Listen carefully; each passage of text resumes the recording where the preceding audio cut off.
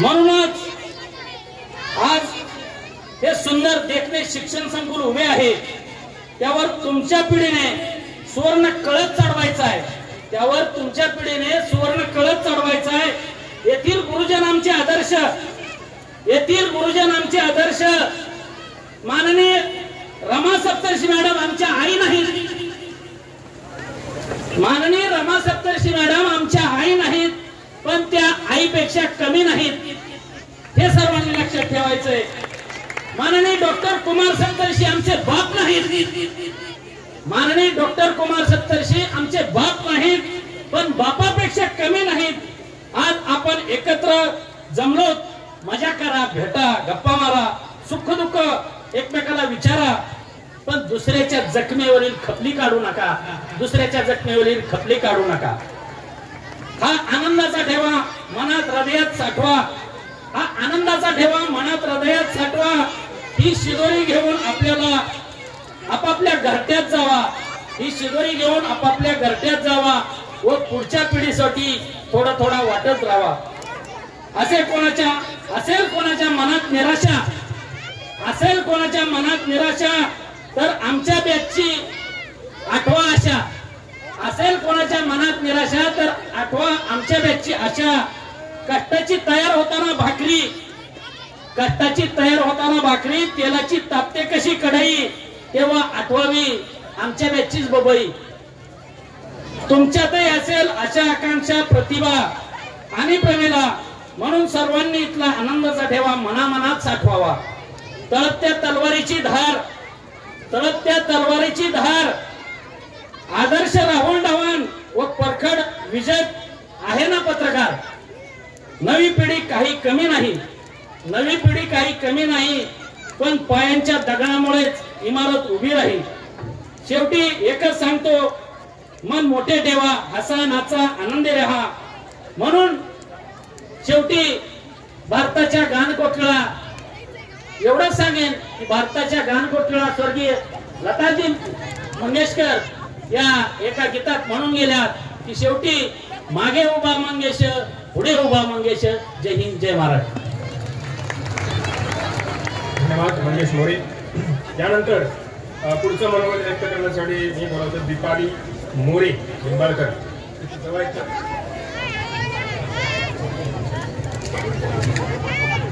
त्यानंतर पुढचं मनोगत व्यक्त करण्यासाठी मी बोलावतो मेजर शेटे।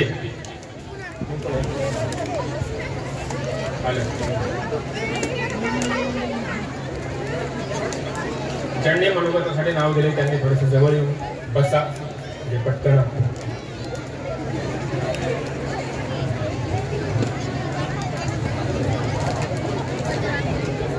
पुन्हा एकदा विनंती करतो की 2 ते 3 मिनिटांमध्ये आपलं थोडक्यात मनोगत व्यक्त करायचं। अध्यक्ष महोदय, गुरुजन वर्ग आणि जमलेले सर्व आजी माजी विद्यार्थी बंधू भगिनी, आजच्या या मेळाव्यानिमित्त आपणा सर्वांना आमंत्रित केले गेले। खरं तर ह्या जुन्या आठवणींना उजाळा दिल्यासारखा आहे। ज्यावेळी आम्ही शाळेत आलो किंवा ज्यावेळी ह्या संस्थेची आणि ह्या शाळेची स्थापना झाली, मला माहिती आहे, मी लहानपणापासून बघत आले।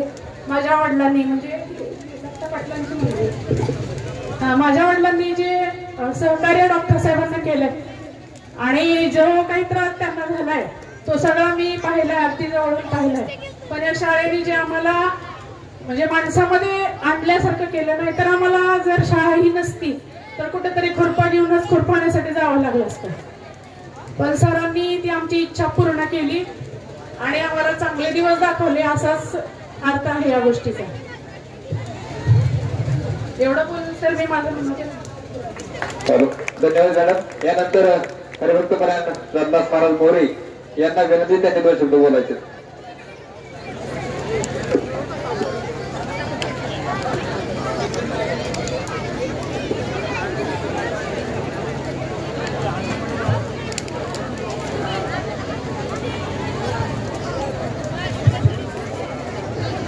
आजच्या या कार्यक्रमाचे अध्यक्ष,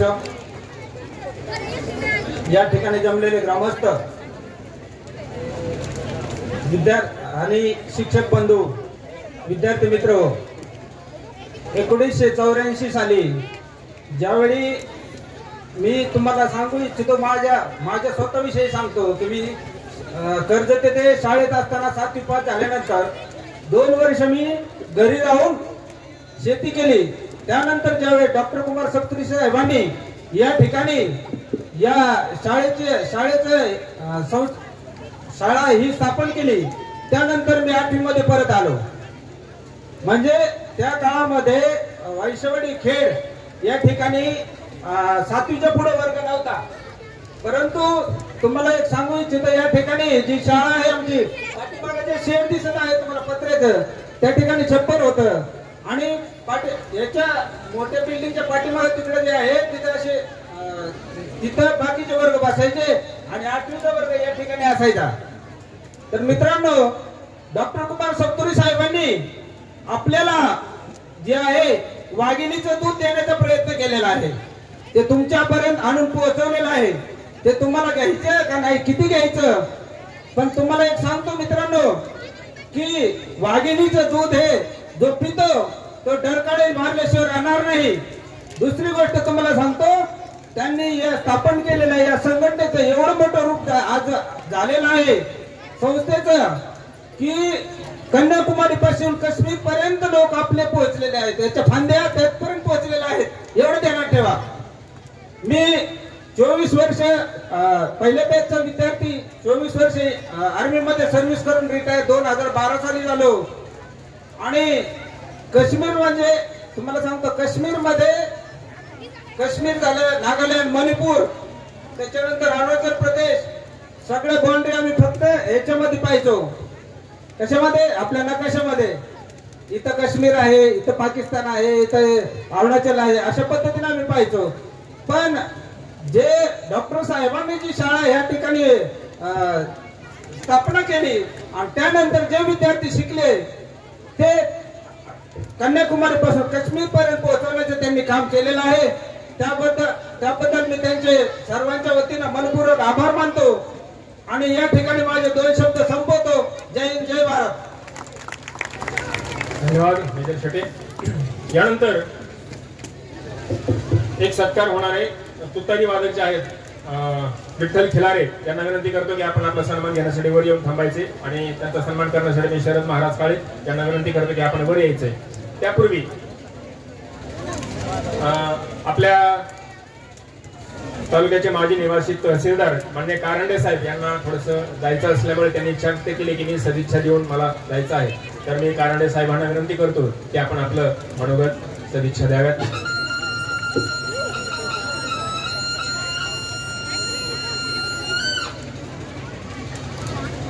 आजच्या या कार्यक्रमाप्रसंगी उपस्थित फक्त तुमचे नव्हे तर कर्जत जामखेडचे मार्गदर्शक आदरणीय, सर्वांना आदरणीय असे डॉक्टर कुमार सप्तर्षी सर, सप्तर्षी मॅडम, सन्माननीय प्रवीण सप्तर्षी सर, मकरंदजी, व्यासपीठावर उपस्थित सर्व या संस्थेचे विश्वस्त, या गावचे प्रथम नागरिक, सरपंच मोरे साहेब, मित्र आप्पा अनासे आणि व्यासपीठावर सर्व उपस्थित सर्व सन्माननीय आणि व्यासपीठासमोरील उपस्थित सर्व सन्माननीय.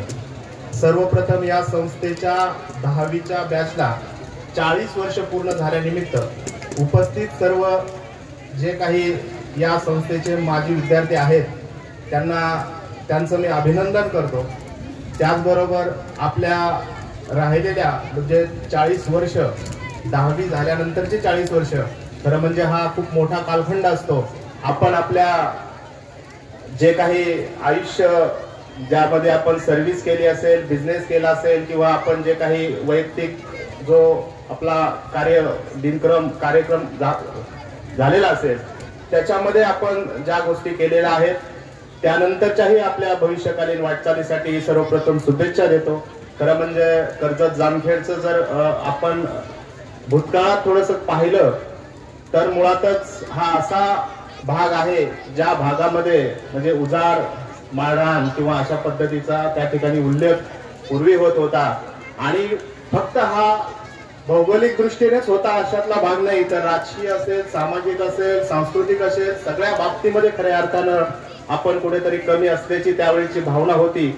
आणि आपल्यापेक्षा सप्तर्षी सरच याच्यावर त्यांच्या भाषणात ते प्रकाश पाडतीलच. पण त्या काळखंडामध्ये राजकीय जागृती तर प्रत्येक ठिकाणी असतेच. ज्या पद्धतीची ज्याला वाट मिळते त्या पद्धतीची राजकीय चाल किंवा वाटचाल होत असते. पण सामाजिक असेल, शैक्षणिक असेल किंवा सांस्कृतिक बाबतीची जी काही पोकळी असतो, तो काही बॅकलॉग किंवा क्रायसिस असतो, त्या काळामध्ये आपल्या भागाचा भरपूर प्रमाणात असा होता. मी सुद्धा जामखेड तालुक्यातच आहे. कालांतराने सांस्कृतिक क्षेत्रामध्ये मग रामदास फुटाणेंसारखे व्यक्तिमत्व असेल किंवा सामाजिक, मी तर सप्तर्षी सरांना खरं म्हणजे सामाजिक नेतृत्वच मानतो. आणि त्या दृष्टीने जी काही सामाजिक नेतृत्वाची फळी होती किंवा जी काही पोकळी होती ती सप्तर्षी सरांच्या रूपात त्या ठिकाणी भरून निघली असं मला वाटतं. आज आपण जेव्हा थोडं अजून मागे एक 25-30 वर्षाच्या अगोदरचा जो कालखंड पाहतो, आपला जो काही मतदारसंघ होता, त्या मतदारसंघाची जी काही डिलिमिशन झालं होतं, त्यामध्ये जर तसं झालं नसतं तर कदाचित खूप मोठं नेतृत्व आपल्याला जे काही दिसतं, वास्तविक पाहता सप्तर्षी सरांचं नेतृत्व हे खूप मोठं आहे. पण ते आपल्याला दिसलं असतं, अशा स्वरूपात दिसलं असतं की ज्या पद्धतीने आपल्या मनात जी काही भावना आहे सप्तर्षी सरांची, त्या पद्धतीने निश्चित दिसलं असतं असं मला वाटतं.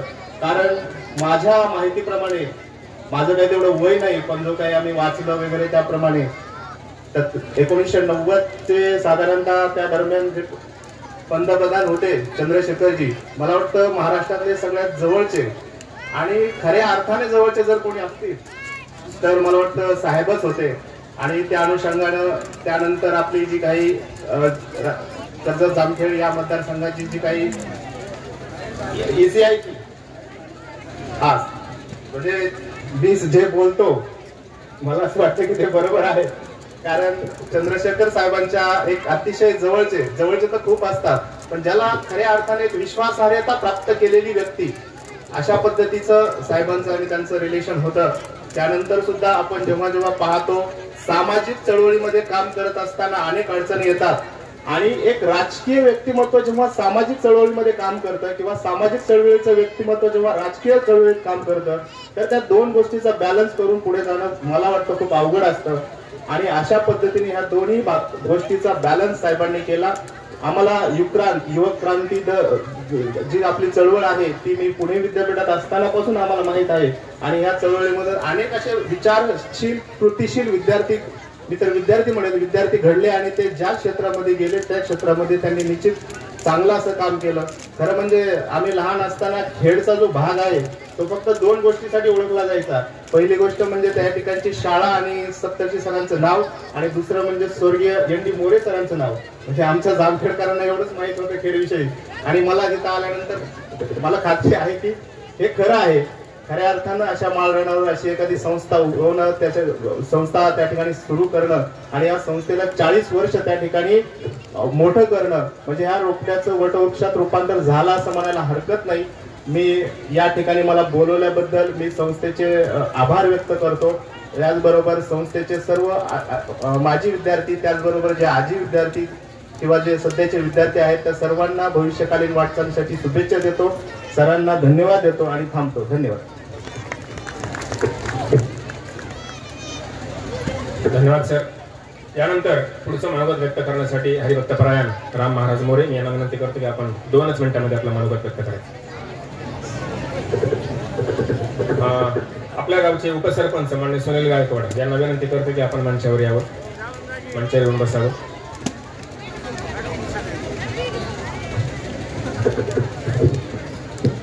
नमामि सद्गुरुं शांतम सच्चिदानंद विग्रहम पूर्ण ब्रह्म परानंद मेषमादी वल्लभम. आज या ठिकाणी आपल्या या शाळेचा मराठीत बोलायचं झालं तर 40वा वाढदिवस. या 40व्या वर्धापन दिनाच्या निमित्तानं आपण सर्वजण या ठिकाणी आपला अनमोल वेळ देऊन या ठिकाणी उपस्थित राहिला, त्याबद्दल आमच्या 1999-2000 तर्फे मी सर्वांचं शतशः स्वागत करतो. आज या ठिकाणी आपली शाळा, आज महाराष्ट्रात कुठेही गेल्याच्या नंतर शाळेविषयी आणि डॉक्टर कुमार सप्तर्षी यांच्याविषयी जे शब्द ऐकायला मिळतात ते खूप मोलाचे आहेत. परंतु कालाय तस्मै मा कालाच्या ओघामध्ये जे शब्द चांगले ऐकले त्याच्याविषयीच कटू शब्दही ऐकायला मिळायला लागले. त्याचं कारण असं झालं, आज आपल्या शाळेमध्ये 1000-1200 पर्यंत विद्यार्थी होते, आज ती संख्या 500-600 वर आली. त्याचं काय कारण? त्याचं कारण फक्त मी इथं बोलू इच्छित नव्हतं, पण राहुल नाही म्हणून हे शब्द मी उच्चारतोय. कारण आपल्या शाळेमध्ये शिक्षकांमध्ये जे काय मतभेद होत आहेत, कोर्टामध्ये काही केसेस होत आहेत, त्याचा परिणाम शिक्षकांच्या मनस्थितीवर होतोय आणि त्याचा परिणाम विद्यार्थ्यांच्या शिक्षणावर होतोय. मी संस्थेला विनंती करेन, आज 40 वर्ष झाली म्हणजे आपली शाळा सुवर्ण महोत्सवाकडे वाटचाल करते. परंतु सुवर्ण महोत्सव करत असताना शाळेच्या बाबतीत आपल्या भागातून अनेक विद्यार्थी बाहेर ठिकाणी शाळेला जात आहेत. हे का जात आहेत याचा विचार व्हावा आणि ते इथून जाणार नाहीत, आपल्याच या ठिकाणी शाळेत शिकतील अशी सदिच्छा मी या दिवसाच्या निमित्तानं या ठिकाणी व्यक्त करतो. आणि मला जी बोलण्याची संधी दिली त्याबद्दल मी संयोजकांचा आभार मानतो. थांबतो. रामकृष्ण हरी. धन्यवाद. यानंतर विकास मोरे. मी मोरे साहेबांना विनंती करतो की आपण पटकन यावं आणि 1-2 ते 3 मिनिटांमध्ये आपलं मनोगत व्यक्त करावं. त्यानंतर ॲडव्होकेट सोमनाथ भिसे यांनी येऊन थांबावं. ज्यांनी नोंदणी केलेली त्यांनी कृपया अजून एकदा विनंती करतो, कारण 7-8-10 नावं आहेत अजून आणि वेळ खूप होईल. ज्यांनी माझ्याकडे नोंदणी केलेली त्यांनी मंचावर येऊन थांबावं, म्हणजे आपलं मनोगत कमीत कमी वेळेमध्ये होईल.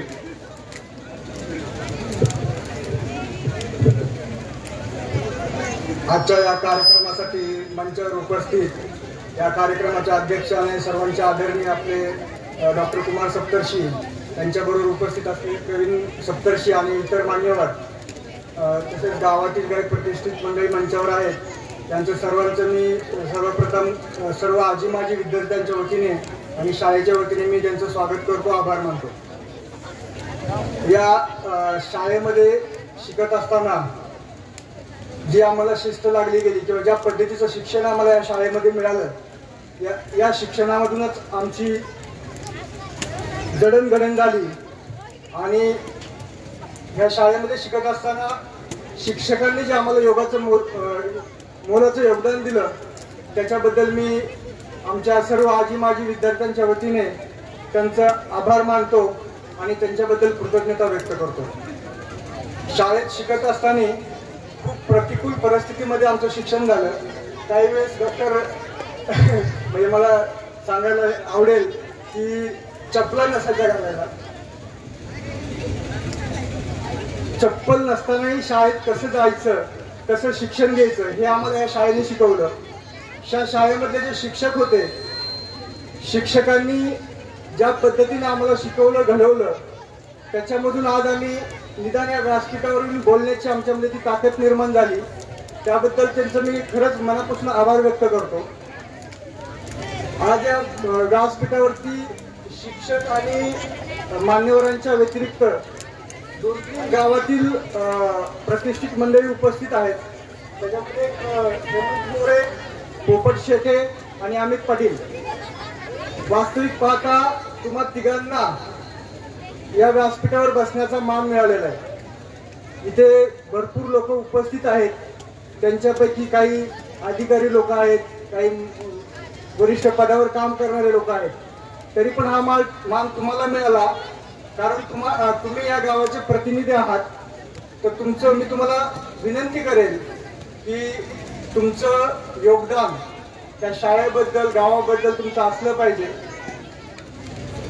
तुम्ही स्वतःहून प्रामाणिकपणे दोघांनी जर विचार केला, अमित अप्पा आणि हेमंत मोरे, ऍक्च्युली तुम्ही या गावाला शाळेला मोठ्या प्रमाणात आर्थिक आणि दुसऱ्या बाजूची मदत करणं गरजेचं आहे. त्याच्यामधून या शाळेचा विकास होईल. सर्व माजी विद्यार्थी यांनीही आपल्या उत्पन्नामधील काही हिस्सा आपल्या शाळेसाठी देणं हे क्रमप्राप्त आहे. आपल्याला शाळेने घडवलेलं आहे.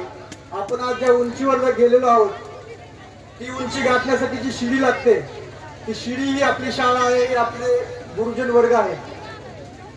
मला इथं मुख्यतः एक उल्लेख करावा असा वाटतो.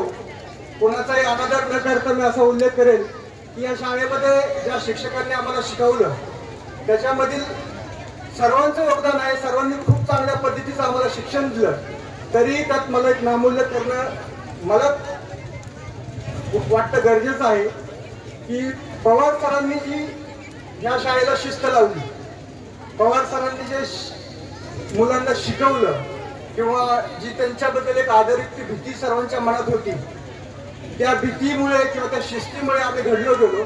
तर माझ्या मनातील कुणाचाही अनादर न करता पवार सर हे माझ्या मनातील एक आदर्श शिक्षक आहेत आणि आत्ताचे जे शिक्षक इथं कार्यरत आहेत त्यांनी तो आदर्श घ्यावा, त्या पद्धतीचे शिक्षण हे आपल्या मुलांना द्यावं.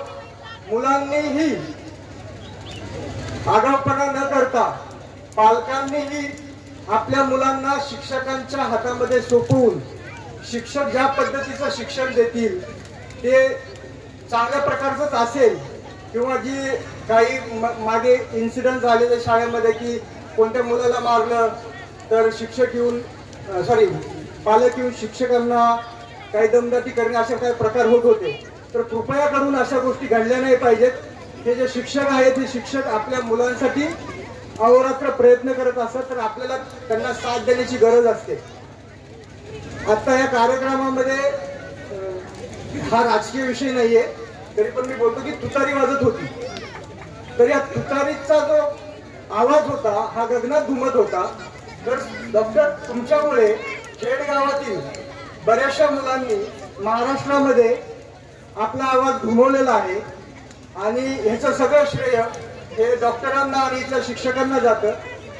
तर सर्वांच्या वतीने, सर्व उपस्थितांच्या वतीने मी पुन्हा एकदा डॉक्टरांचे आभार व्यक्त करतो आणि संयोजकांनी मला इथे बोलण्याची संधी दिली त्याबद्दलही मी त्यांचे आभार व्यक्त करतो आणि थांबतो. जय हिंद, जय महाराष्ट्र. धन्यवाद विकास मोरे साहेब. यानंतर पुढचं मनोगत व्यक्त करण्यासाठी मी आमंत्रित करतो ऍडव्होकेट सोमनाथ भिसे साहेब. सन्मान्य विद्यापीठावरील सर्व मान्यवर आणि उपस्थित सर्व सहकारी मित्र मैत्रिणी ग्रामस्थ, आज माझ्यासाठी फार भाग्याचा क्षण आहे. या गावातील असून सुद्धा सार्वजनिक जीवनामध्ये या गावातल्या कार्यक्रमात बोलण्याची ही माझी प्रतिभा आहे आणि मला हा क्षण एवढा भाग्याचा वाटतो कारण आज माझे वडील ज्यांनी आम्हाला घडवलं ते इथं उपस्थित आहेत आणि वडिलांच्या समोर, भावाच्या समोर आणि मान्यवरांच्या समोर व्यक्त होणं आणि व्यक्त होण्याची संधी मिळणं हे फार मोठं भाग्याची गोष्ट आहे. आम्ही ज्यावेळेस जिल्हा परिषद शाळेत होतो त्यामध्ये मला आजही आठवत आहे, पत्र्यावरून छिद्र पडायचं आणि त्यातून प्रकाश पडायचा. तो टिपका जसा जसा पुढे जायचा वर्गामध्ये घड्याळ नसायचा. तो ज्या ठिकाणापर्यंत पोहोचेल आम्हाला कळायचं की आता सुट्टी होणार, ही अशी स्थिती होती. मला काही धडे आठवतात, एक कविता आठवते, मोठे होते झाड वाकडे तिथे खेळती, दोन माकडे गंमत झाली मोठी, दादा गंमत झाली मोठी. त्यानंतर आम्ही जसजसं पुढे होत गेलो, 4थी पास झाल्यानंतर 5वी मध्ये आम्ही इथे ऍडमिशन घेतलं आणि 5वी मध्ये ऍडमिशन घेतल्यानंतर या शाळेमध्ये डॉक्टर साहेब यायचे, मुलांना मार्गदर्शन करायचे. काही जणांना वाटायचं उगाच वेळ चाललाय, पण त्यावेळेस जे सांगायचे त्यांचे जे विचार ते आम्हाला घडवत गेले. त्यांचे विचार विवेकवादी, विज्ञानवादी, श्रीमुक्तीवादी हे विचार आमच्या डोक्यामध्ये घुमत गेले, आमच्यामध्ये बसत गेले. त्यामुळे आम्ही जसं पुढे होत गेलो त्यांनी एक मला आजही आठवतं की त्यांनी सांगितलेलं की या गावामध्ये भूताचा आणि अंधश्रद्धेचा प्रकार फार होता. आपल्या इथं साखरखोडी म्हणून एक भाग होता, तिथं असं म्हणायचे की तिथं एक भूत आहे, त्या चिंचेच्या झाडाखाली भूत आहे. आणि ती अंधश्रद्धा, ती भावना या व्यक्तींच्या, मुलांच्या मनातून काढण्यासाठी आम्ही एक कार्यक्रम आखला होता, भूत बाबाला भेट. ते मला आजही आठवतं. परंतु ते ज्यावेळेस जे पौर्णिमा तर पौर्णिमा त्या दिवशी आम्ही ठरवू आणि त्या दिवशी आम्ही जाऊ असं सांगितण्यात आलं होतं. परंतु त्यावेळेस एकही जण तयार झाला नाही. आणि नंतर असं सांगण्यात आलं की आता लाईट आलेल्या आहेत, त्यामुळे भूत पळून गेली. परंतु हा अंधश्रद्धेचा विचार मनातून काढण्याचं काम खऱ्या अर्थानं कोणी केलं असतं ते डॉक्टर साहेबांनी. त्यानंतर आम्ही आमच्या जीवनामध्ये पुढील शिक्षणासाठी ज्या ज्या ठिकाणी गेलो त्या त्या ठिकाणी आम्हाला डॉक्टरांच्या बद्दलची आपुलकी बऱ्याच माणसांच्या ठिकाणून जाणवली. मी नगरला असताना एक सय्यद म्हणून होते, मला म्हणजे आपले हे वेगळे तिथे भेटलेले. मी तिथं मार्क्सवादी कम्युनिस्ट पक्षाच्या संपर्कात आलेलो. तिथं त्यांच्या चळवळीमध्ये काम करत असताना त्यांनी सांगितलं की मी साहेबांना, डॉक्टर साहेब, हा तुम्ही कुठले खेडचे, ह्या शाळेतले डॉक्टर कुमार सप्तर्षींना ओळखतो. बर, आम्ही त्यांना विचारले की साहेब कम्युनिस्टांकडे निवडणुका लढण्यासाठी पैसा नसतो, मग त्यांनी काय करावं. त्यावेळेस डॉक्टरांनी, आता त्यांनी मला सांगितल्याप्रमाणे त्यांनी सांगितलं की गावागावामध्ये जायचा आणि शेतकऱ्यांच्या पशुधनाचा कसा विचार करायचा तोही विचार आम्हाला सांगितला. त्यानंतर सर जे उभे आमच्यामध्ये, आमच्या वडिलांमुळं आमच्यामध्ये आली, त्यांनी एकच मला संस्कृत मधून सांगायचे. ते नेहमी संस्कृत बद्दल मधले श्लोक आम्हाला सांगत असतात की त्यापैकी किनारीनम भूषणम फतेहा, पृथ्वीभूषणम राजा आणि विद्या सर्वस्व भूषणम. त्यातल्या पहिल्या 2 ओळींबाबत मला काही सहमत नाही, परंतु विद्या सर्वस्व भूषणम हे त्यांनी सांगितलेलं असल्यामुळं त्यांनी नेहमी सांगितलं की तुम्हाला जर परिस्थिती बदलायची असेल तर आपल्याकडे फक्त एकच पर्याय आहे, शिक्षण, शिक्षण आणि शिक्षण. आणि ह्या शिक्षणाची संधी डॉक्टर साहेब तुम्ही या गावामध्ये हे हायस्कूल बांधण्यामुळे आम्हाला मिळाली.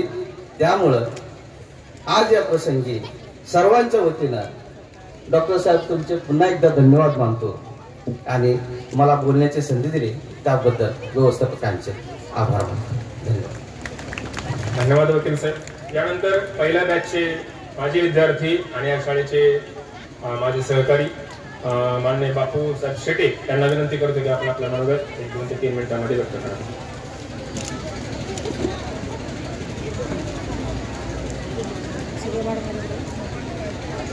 माजी विद्यार्थी मेळाव्याचे अध्यक्ष आदरणीय डॉक्टर कुमार सप्तर्षी, आमच्या संस्थेचे सर्व विश्वस्त, बाकी सर्व माझे आदरणीय गुरुवर्य, आणि तर समोर माझ्या खूप मोठी माणसं बसतात, माझ्यापेक्षा काय मोठी, बाकी सगळे माझ्यापेक्षा बारकी.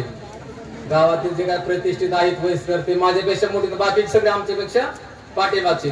बरोबर 40 वर्षापूर्वी शाळेला मान्यता मिळाली 7 जून 1984 रोजी.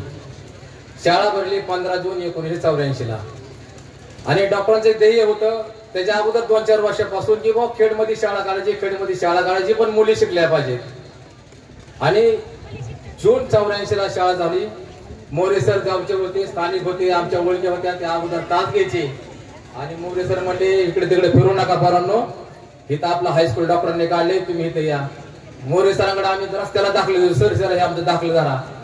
त्यावेळेस शाळेची गरज होती, तिथं शाळा असण्याची गरज होती, कारण त्यावेळेची परिस्थिती आणि आताच्या जर 15-20 वर्षापूर्वीची परिस्थिती बघितली त्याच्यामध्ये खूप तफावत आहे. आता आर्थिक परिस्थिती प्रत्येकाची चांगली झालेली, स्थिरावलेली, पण त्या काळामध्ये आबा तुम्हाला सांगतो, भाकरी असली तर कालवण नसायचं, कालवण असली तर भाकरी नसायचं. सकाळचीच भाकरी संध्याकाळची खायची. आणि इथं आम्ही अभ्यासाला यायचो. आमच्या वर्गामध्ये 4-5 जण मुलं सोडली तर ते थोडी वरची होती आणि आमची बाकी सगळे आमच्या गरिबीतली, आम्ही सगळे मुला-मुली अत्यंत गरिबीतली होतो. आणि त्यावेळेस हायस्कूलची आम्हाला गरज होती, बाहेर कोणीच, म्हणजे आम्ही 36 जण मुलं, ह्या मुली आम्ही पहिल्या बॅचचे होतो. गरीब होतं, शिक्षण होतं. आणि विशेष म्हणजे सप्तर्षी मॅडम आम्हाला इथं शिकवायला होत्या. आणि प्रवीण सर दर शनिवारी रविवारी पुण्यावरून आम्हाला शिकवायला यायचे. शनिवारी त्यांचं कॉलेज सुटलं की इथं यायचे. एक दिवस अशी परिस्थिती निर्माण झाली, मॅडम एकटे इथं राहत होत्या आणि मुंबई करमाळा गाडी 8:30ची, ती गाडी लेट झाली, फोन नव्हता, लाईट नव्हती. आणि मॅडम म्हणल्या 9 वाजेपर्यंत सर कसं काय नाही. तो स्वतः मॅडम एकट्या गेल्या जंगलातून. हे खरं त्यागी वृत्ती, त्या त्यागातून हे हायस्कूल, त्यावेळीची परिस्थिती जर बघितली 40 वर्षापूर्वी डोळ्यासमोर येते. आणि एक थोडस झाड होतं, आम्ही 36 मुलं होतो. नंतर 1 महिन्याने दुसरी 5वी निर्माण झाली, आम्ही 100-125 मुलं झालो. आणि आज आमच्याकडे जवळजवळ इथून 1000च्या वरती म्हणजे विद्यार्थी संख्या होती. ती घट जाण्याचं कारण आहे की लोकसंख्या कमी झाली. आता प्रत्येक जण बघा म्हणतं एक झालं ना थांबलं, एक म्हणतं की जाऊ बास एकावर, दुसरे काय म्हणतात थांबा जरा 2 वर्षाने बघू. ही सगळी परिस्थिती म्हणजे शिक्षकांचा दोष नाही. शिक्षक आमच्याकडे कमी आहेत, 5-6 वर्षापूर्वी शिक्षक गव्हर्नमेंटचं ते काय बराच धोरण नाही, परंतु विद्यार्थ्यांना शिकवलं जात नाही, विद्यार्थ्यांकडे दुर्लक्ष होतं. असं अजिबात ह्या कारणांमुळे आमच्याकडे विद्यार्थ्यांच्या कमी होत नाही. नैसर्गिक आणि शाळा जवळजवळ होत गेल्या. आता जवळ जर कॉम्पिटिशन वाढत गेलं तर ते परिस्थिती. पण मला एक सांगायचं दादा, जे आम्हाला काही मिळालं नाही ना ते आमच्या पुढच्या मुलांना काहीतरी मिळावं म्हणून थोड्यांनी मोठ्या विद्यार्थ्यांनी जे शिकून गेलेत ना त्यांनी थोडी थोडी जबाबदारी असावी. तुम्ही संस्थेला काय देऊ ना, हे सगळे मोठी माणसं येतं, हे बुद्धीने मोठी, श्रीमंतीने मोठी, पैशापाण्याने मोठी, ते त्यांचे त्यांना काहीतलं काय न्यायचं नाही. पण आपल्याला जे मिळालं नाही, मला वाटतं आम्हाला त्यावेळेस पाणी प्यायला नव्हतं, तिथं पाणी थोडंसं आपल्याकडे करता येईल का, आपल्याला लाईट नव्हती, मग इथं मुलासाठी लाईट करता येईल का, लहान लहान गोष्टी 10-15 हजाराच्या गोष्टी, हे काय तुम्हाला रोख पैसे आम्ही काही संस्था मागत नाही, परंतु जे आपल्याला मिळालं नाही ते आपल्या पुढच्या पिढीला मिळावं एवढे एक उद्देश द्यावा. आणि आम्हाला तर परीक्षा आता इथं राशीला होती, बिग वनला होती, त्यावेळेस तर आता मला विशेष मोरे सरांचे मी मनापासून आभार मानतो. 10 दिवस मोरे सर आमच्या झोपायलाच होते राशीला, कर्जतला बोर्ड 10 दिवस झोपायचे, त्यांची स्वतःची बहीण तिथं होती, पण ते नाही म्हणायचे. दुपारचा जेवायचं म्हणलं बापू जरा आका कोण डाबा घेऊन ये, त्यांच्याकडून डाबा घेऊन यायचं, पण त्यांनी खोली सोडली, मुलीला एक रूम, आम्हाला एक रूम होती.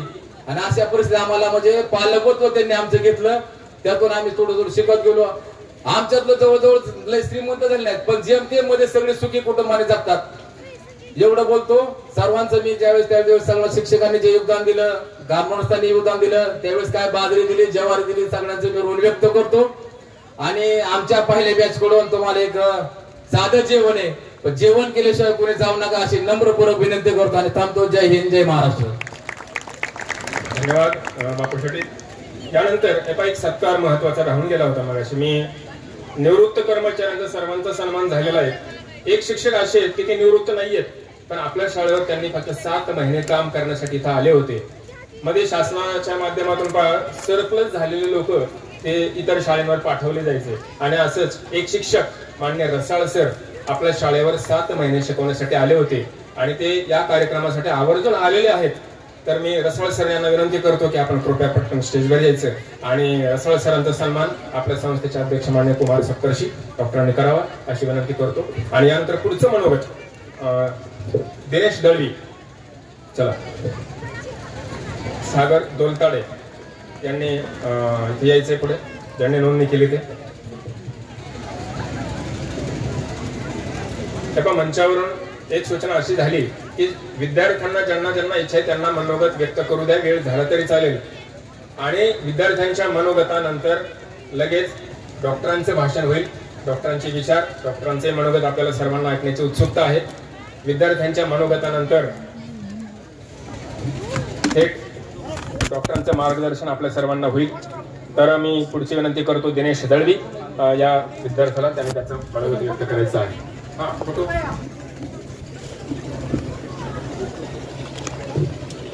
उपस्थित सर्व मान्यवर, कार्यक्रमाचे अध्यक्ष मान्य व्यासपीठ, सर्व माजी विद्यार्थी, सर्वांना माझा नमस्कार.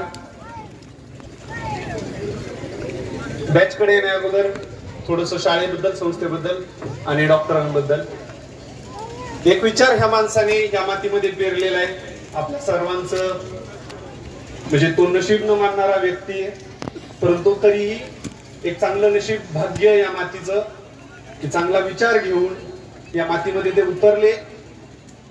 आणि हा प्रयोग आहे.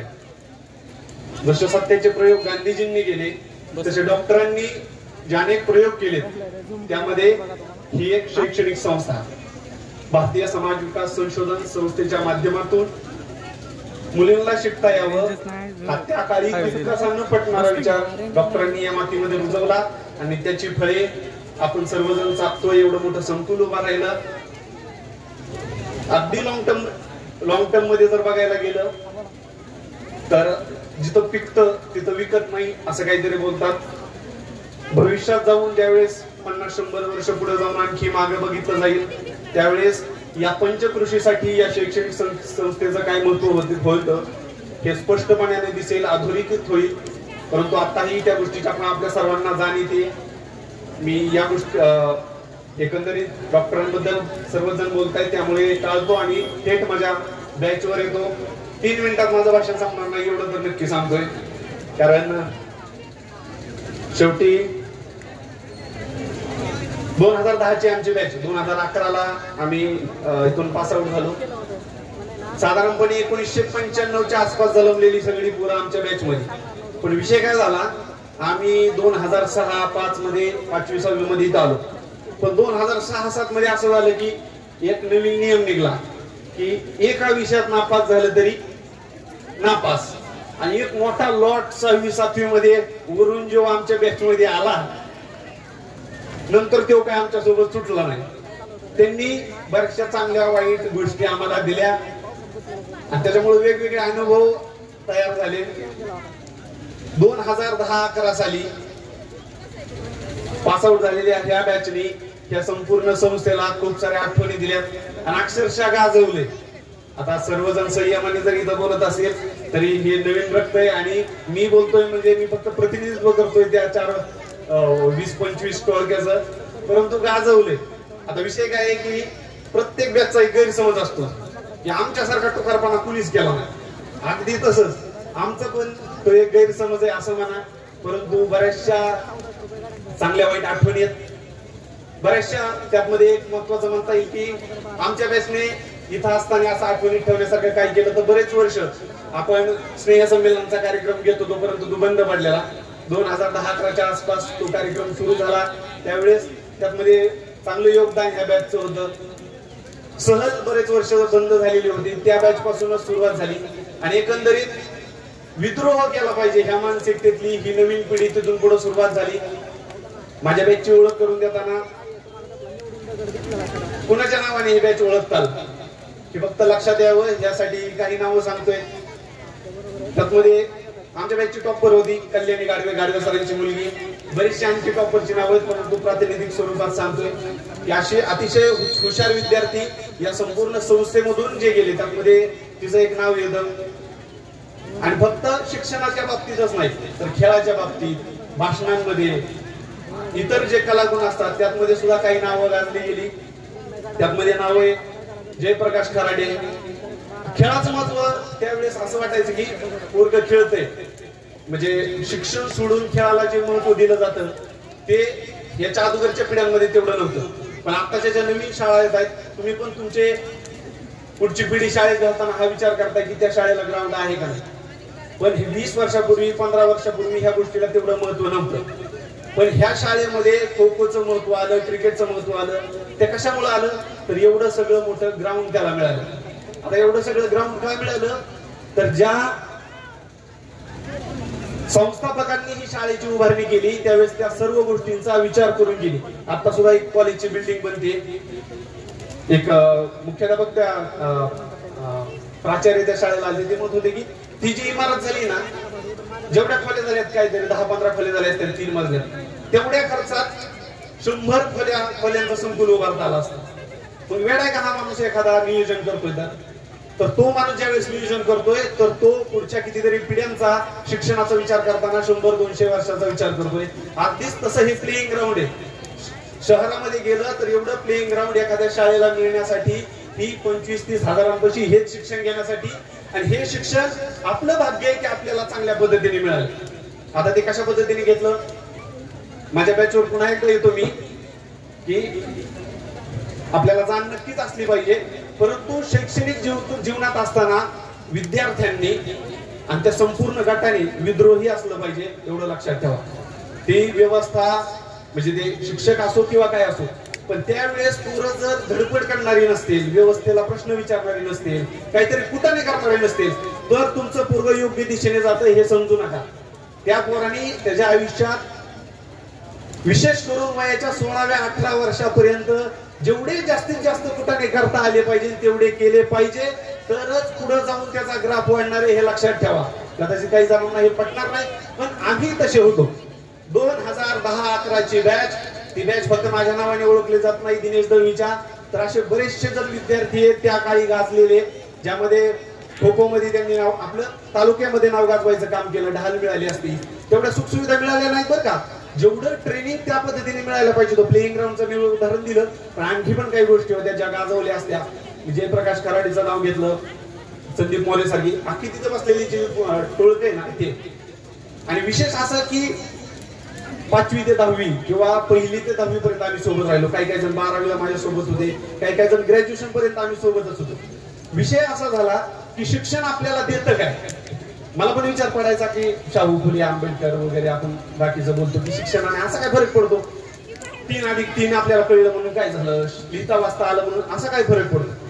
शिक्षणाने काय फरक पडतो तर 1ली ते 10वी सलग 10 वर्ष एखादं टोळकं सोबत राहतंय तर त्यांच्या मनातून हे जातं की विविध जाती धर्मातील मुलं एकत्र येऊन गुण्या गोविंदाने राहू शकतात, भावासारखे राहू शकतात. त्यावेळेस तो कॉन्फिडन्स मिळतो. ज्यावेळेस आपल्या वयाच्या मुली आपल्यासोबत शिक्षण घेतात त्यावेळेस त्या मुलीला कॉन्फिडन्स येतो, तो आत्मविश्वास येतो की माझ्या वयाचं पोरगं माझ्यासोबत जे शिकतंय त्याच्यात आणि माझ्यात तेवढा काही फरक नाहीये. हा कॉन्फिडन्स फक्त भाषण ऐकून येत नाही तर प्रत्यक्षात जगून येतो. त्यामुळे शिक्षण महत्वाचं. 100-150 वर्ष नंतर फुले होऊन गेल्यानंतर आताच शिक्षणाचं महत्व आपल्याला कळतंय. पण ते शिक्षणाचं महत्व, ती जी आपल्याला दिव्य दृष्टी जी मिळणार होती की शिक्षणाने माणूस सुधारतो, काय भेटतं तर सोबत राहून आपण बाकीच्यांपेक्षा वेगळे नाही हे शिक्षण देतं. ते ह्या संस्थेने चांगल्या पद्धतीने दिलं. बाकीच्या शिक्षण संस्थांमध्ये राजकारण आल्याशिवाय राहत नाही आणि इथं पण आलं नाही अशा पद्धतीचं मी काही बोलत नाही.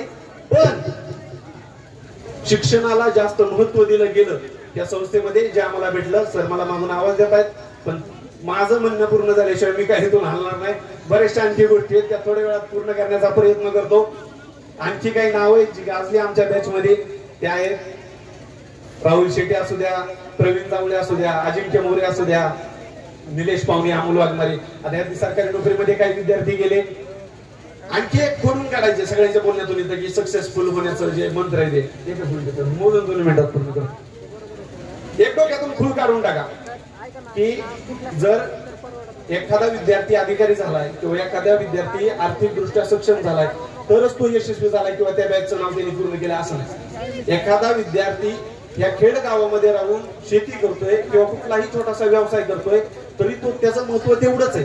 कदाचित मुंबई आणि पुण्यामध्ये बसणारा तो विद्यार्थी महिन्याला लाख रुपये कमावणारा, जी मदत डायरेक्ट इथं येऊन गावासाठी करू शकणार नाही, इथल्या व्यवस्थेसाठी करू शकणार नाही, तो बांधावरचा माणूस इथं करणार आहे. परंतु त्याचं महत्व तेवढं सगळ्यांनी अधोरेखित केलं पाहिजे. अर्थात ते देतात, पण शिक्षण संस्थेला मदत करताना अनेक जण उल्लेख करतायत की आपण जर मोठे झालोय तर आपण आर्थिक मदत शिक्षण संस्थेला केली पाहिजे किंवा कुठल्या तरी वस्तुरूपे मदत केली पाहिजे.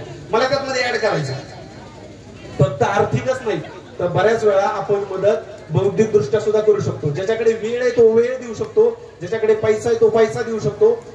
या ना त्या पद्धतीने आपण ती मदत कशी करू शकतो याचा पण आपण विचार करावा. मी सांगितलेल्या आमच्या बॅचने गाजवलेल्या दिलेल्या गोष्टी, स्नेहसंमेलन पुन्हा एकदा नव्याने सुरू झालं, सहल नव्याने सुरू झाली. हा जो आज कार्यक्रम आपल्याला दिसतोय माजी विद्यार्थी मेळाव्याचा, ह्याची सुरुवात हा घेण्याचं खरं कारण का मनात आलं असेल तर मागच्या 3-4 वर्षांमध्ये प्रत्येक बॅचचा एक कार्यक्रम व्हायला लागलेला आणि त्याच्यातून ही कल्पना पुढे आली. तर हा कार्यक्रमाची सुरुवात करण्याचं बॅच 2010-11च्या आमच्या बॅचने केलं. 2018 साली पहिला गेट टुगेदरचा कार्यक्रम आम्ही केला. अर्थात त्यावेळेस परमिशन दिली नव्हती तो शाळेत करावा का नाही, कारण काही मानसिकता असतात की सुरुवातीला वाटत होतं की पुरणपुरी एकत्र येणार आणि तिथं काही झालं तर त्याला जबाबदार कोण. नवीन जुना विचार जातो, नवीन विचार त्याची जागा घेतो. त्या पद्धतीने हे नवीन रक्त आहे. माझ्या बोलण्यातून काही चुकीचे शब्द आले असतील किंवा चुकीच्या गोष्टी तुम्हाला वाटत असतील तरी माझं इंटेन्शन ते नाही. आणि मी जे बोलतोय फक्त मी बोलत असलो तरी मी प्रतिनिधित्व करतो एखाद्या बॅचचं आणि भविष्यातही माझ्या बॅचच्या वतीने ह्या शैक्षणिक संस्थेसाठी आणि ह्या गावच्या विशेष करून पुढच्या पिढीसाठी काय करता येणं शक्य ते करण्याचा प्रयत्न करतो. आणि माझं लांबलेलं भाषण थांबवतो. जय हिंद, जय भारत, जय महाराष्ट्र. आणि आणखी एक विषय राहून गेला, शिक्षक. काही नाव आहेत जी शिक्षक म्हणून त्याच्या पण पुढे गेली, मित्र म्हणून जोडली गेली. उदाहरणार्थ आमच्या बॅचसाठी म्हणजे बाकीच्यांचा मी अजिबात अनादर करत नाही, त्यांचं स्थान तेवढं महत्वाचं आहे. आमच्या जडणघडणीत ते सर्व शिक्षक महत्वाचे, पण थोरात सरांसारखा शिक्षक आमचा शिक्षक म्हणून शिक्षकापेक्षा एक पाऊल पुढे गेला आणि आमचा मित्र बनला. सायकर सरांसारखा की आता काल सुद्धा बोलताना आम्ही इतका हक्काने बोलू शकतोय की चेष्टा सुद्धा करू शकतो. सय्यद सरांची आठवण काढावीशी वाटते की सय्यद सरांनी त्यांच्या समारोप त्यांचा जो कार्यकाळ संपलेला त्यावेळेस पण बोलवलेलं होतं, त्यावेळेस येणं शक्य नाही झालं आणि अचानक कधी काय होतं सांगता येत नाही. पण तो माणूस काय जिगरबाज माणसं की फक्त शिक्षक म्हणून राहिली नाही तर मित्र म्हणून आली. गावडे सर असून द्या की एखाद्या शिक्षकाने वर्गात येऊन शिव्या द्यावं त्याचा आपल्याला राग नाही हवा, अशी नाती इथं जोडली गेली आणि तेवढ्याच हक्काने तेवढ्याच प्रेमाने ह्या शैक्षणिक संकुलात आम्ही सर्व 2010-11 बॅचचे विद्यार्थी पुन्हा येऊ आणि जे काही करणे शक्य ते शक्य करण्याचा प्रयत्न करतो.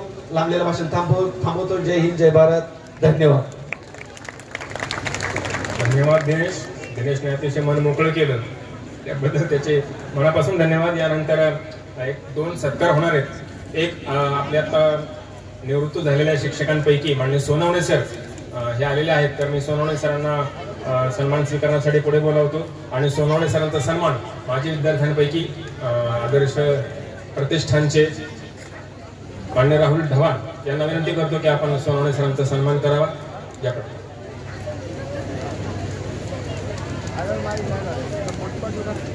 आणि त्याचबरोबर हे एवढं मोठं शैक्षणिक संकुल इथं उभा केलं, नावारूपाला आणलं, त्याचं सर्व श्रेय मान्य डॉक्टर कुमार सप्तर्षी यांना जातं आणि मान्य डॉक्टर कुमार सप्तर्षी यांचा सन्मान 1999-2000 ची बॅच 99-2000 ची बॅच डॉक्टरांचा सन्मान करू इच्छिते. तर त्यामध्ये मी त्या सर्वांना इथं स्टेजवर आमंत्रित करतो. अण्णासाहेब शेटे, हेमंत काळे, रामभाऊ सायकर, प्रमोद मोरे पाटील, बापूराव काळे, संदीप काळे, परशुराम शिंदे, काका आखाडे आणि इतर या विद्यार्थ्यांना विनंती करतो की आपण डॉक्टरांचा सन्मान करावा.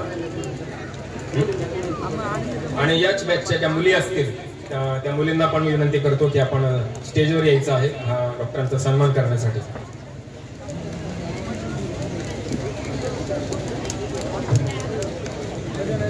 आणि यानंतर विद्यार्थ्यांच्या मनोगतापैकी आदर्श विद्या प्रतिष्ठानचे संस्थापक राहुल ढवाण आपलं मनोगत व्यक्त करतील.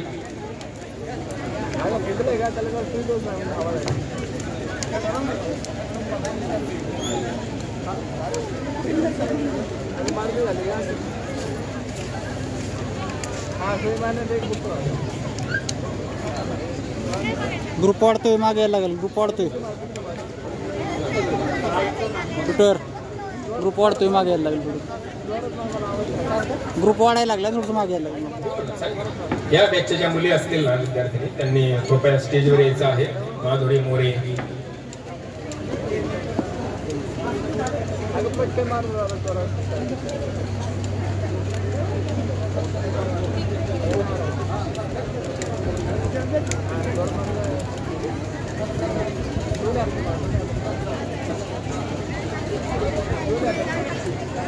फिरा म्हणून जरा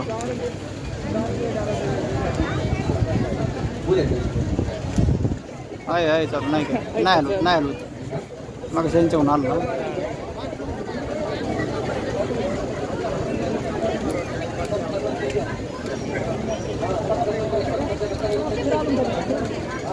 सत्काराचा कार्यक्रम पटकन आटोपता घ्यायचा आहे.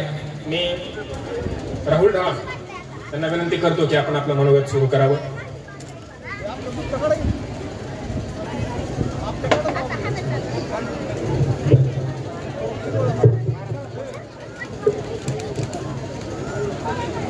नमस्कार. आज बासवीस संस्थेचे लोकनायक जयप्रकाश नारायण विद्यालय खेड या ठिकाणी संस्था स्थापनेपासून ते 2024च्या बॅच पर्यंतचा जो माजी विद्यार्थी महास्नेह मेळावा आहे या कार्यक्रमासाठी उपस्थित संस्थेचे संस्थापक तथा महाराष्ट्राचे माजी आमदार सन्माननीय डॉक्टर कुमार सप्तर्षी सर, त्याचप्रमाणे उपस्थित सर्व विश्वस्त, आजी माझे शिक्षक, आजी माझे विद्यार्थी आणि पालक, खरंच आपल्या सर्वांसाठी हा ऐतिहासिक दिवस आहे असं मी म्हणेल.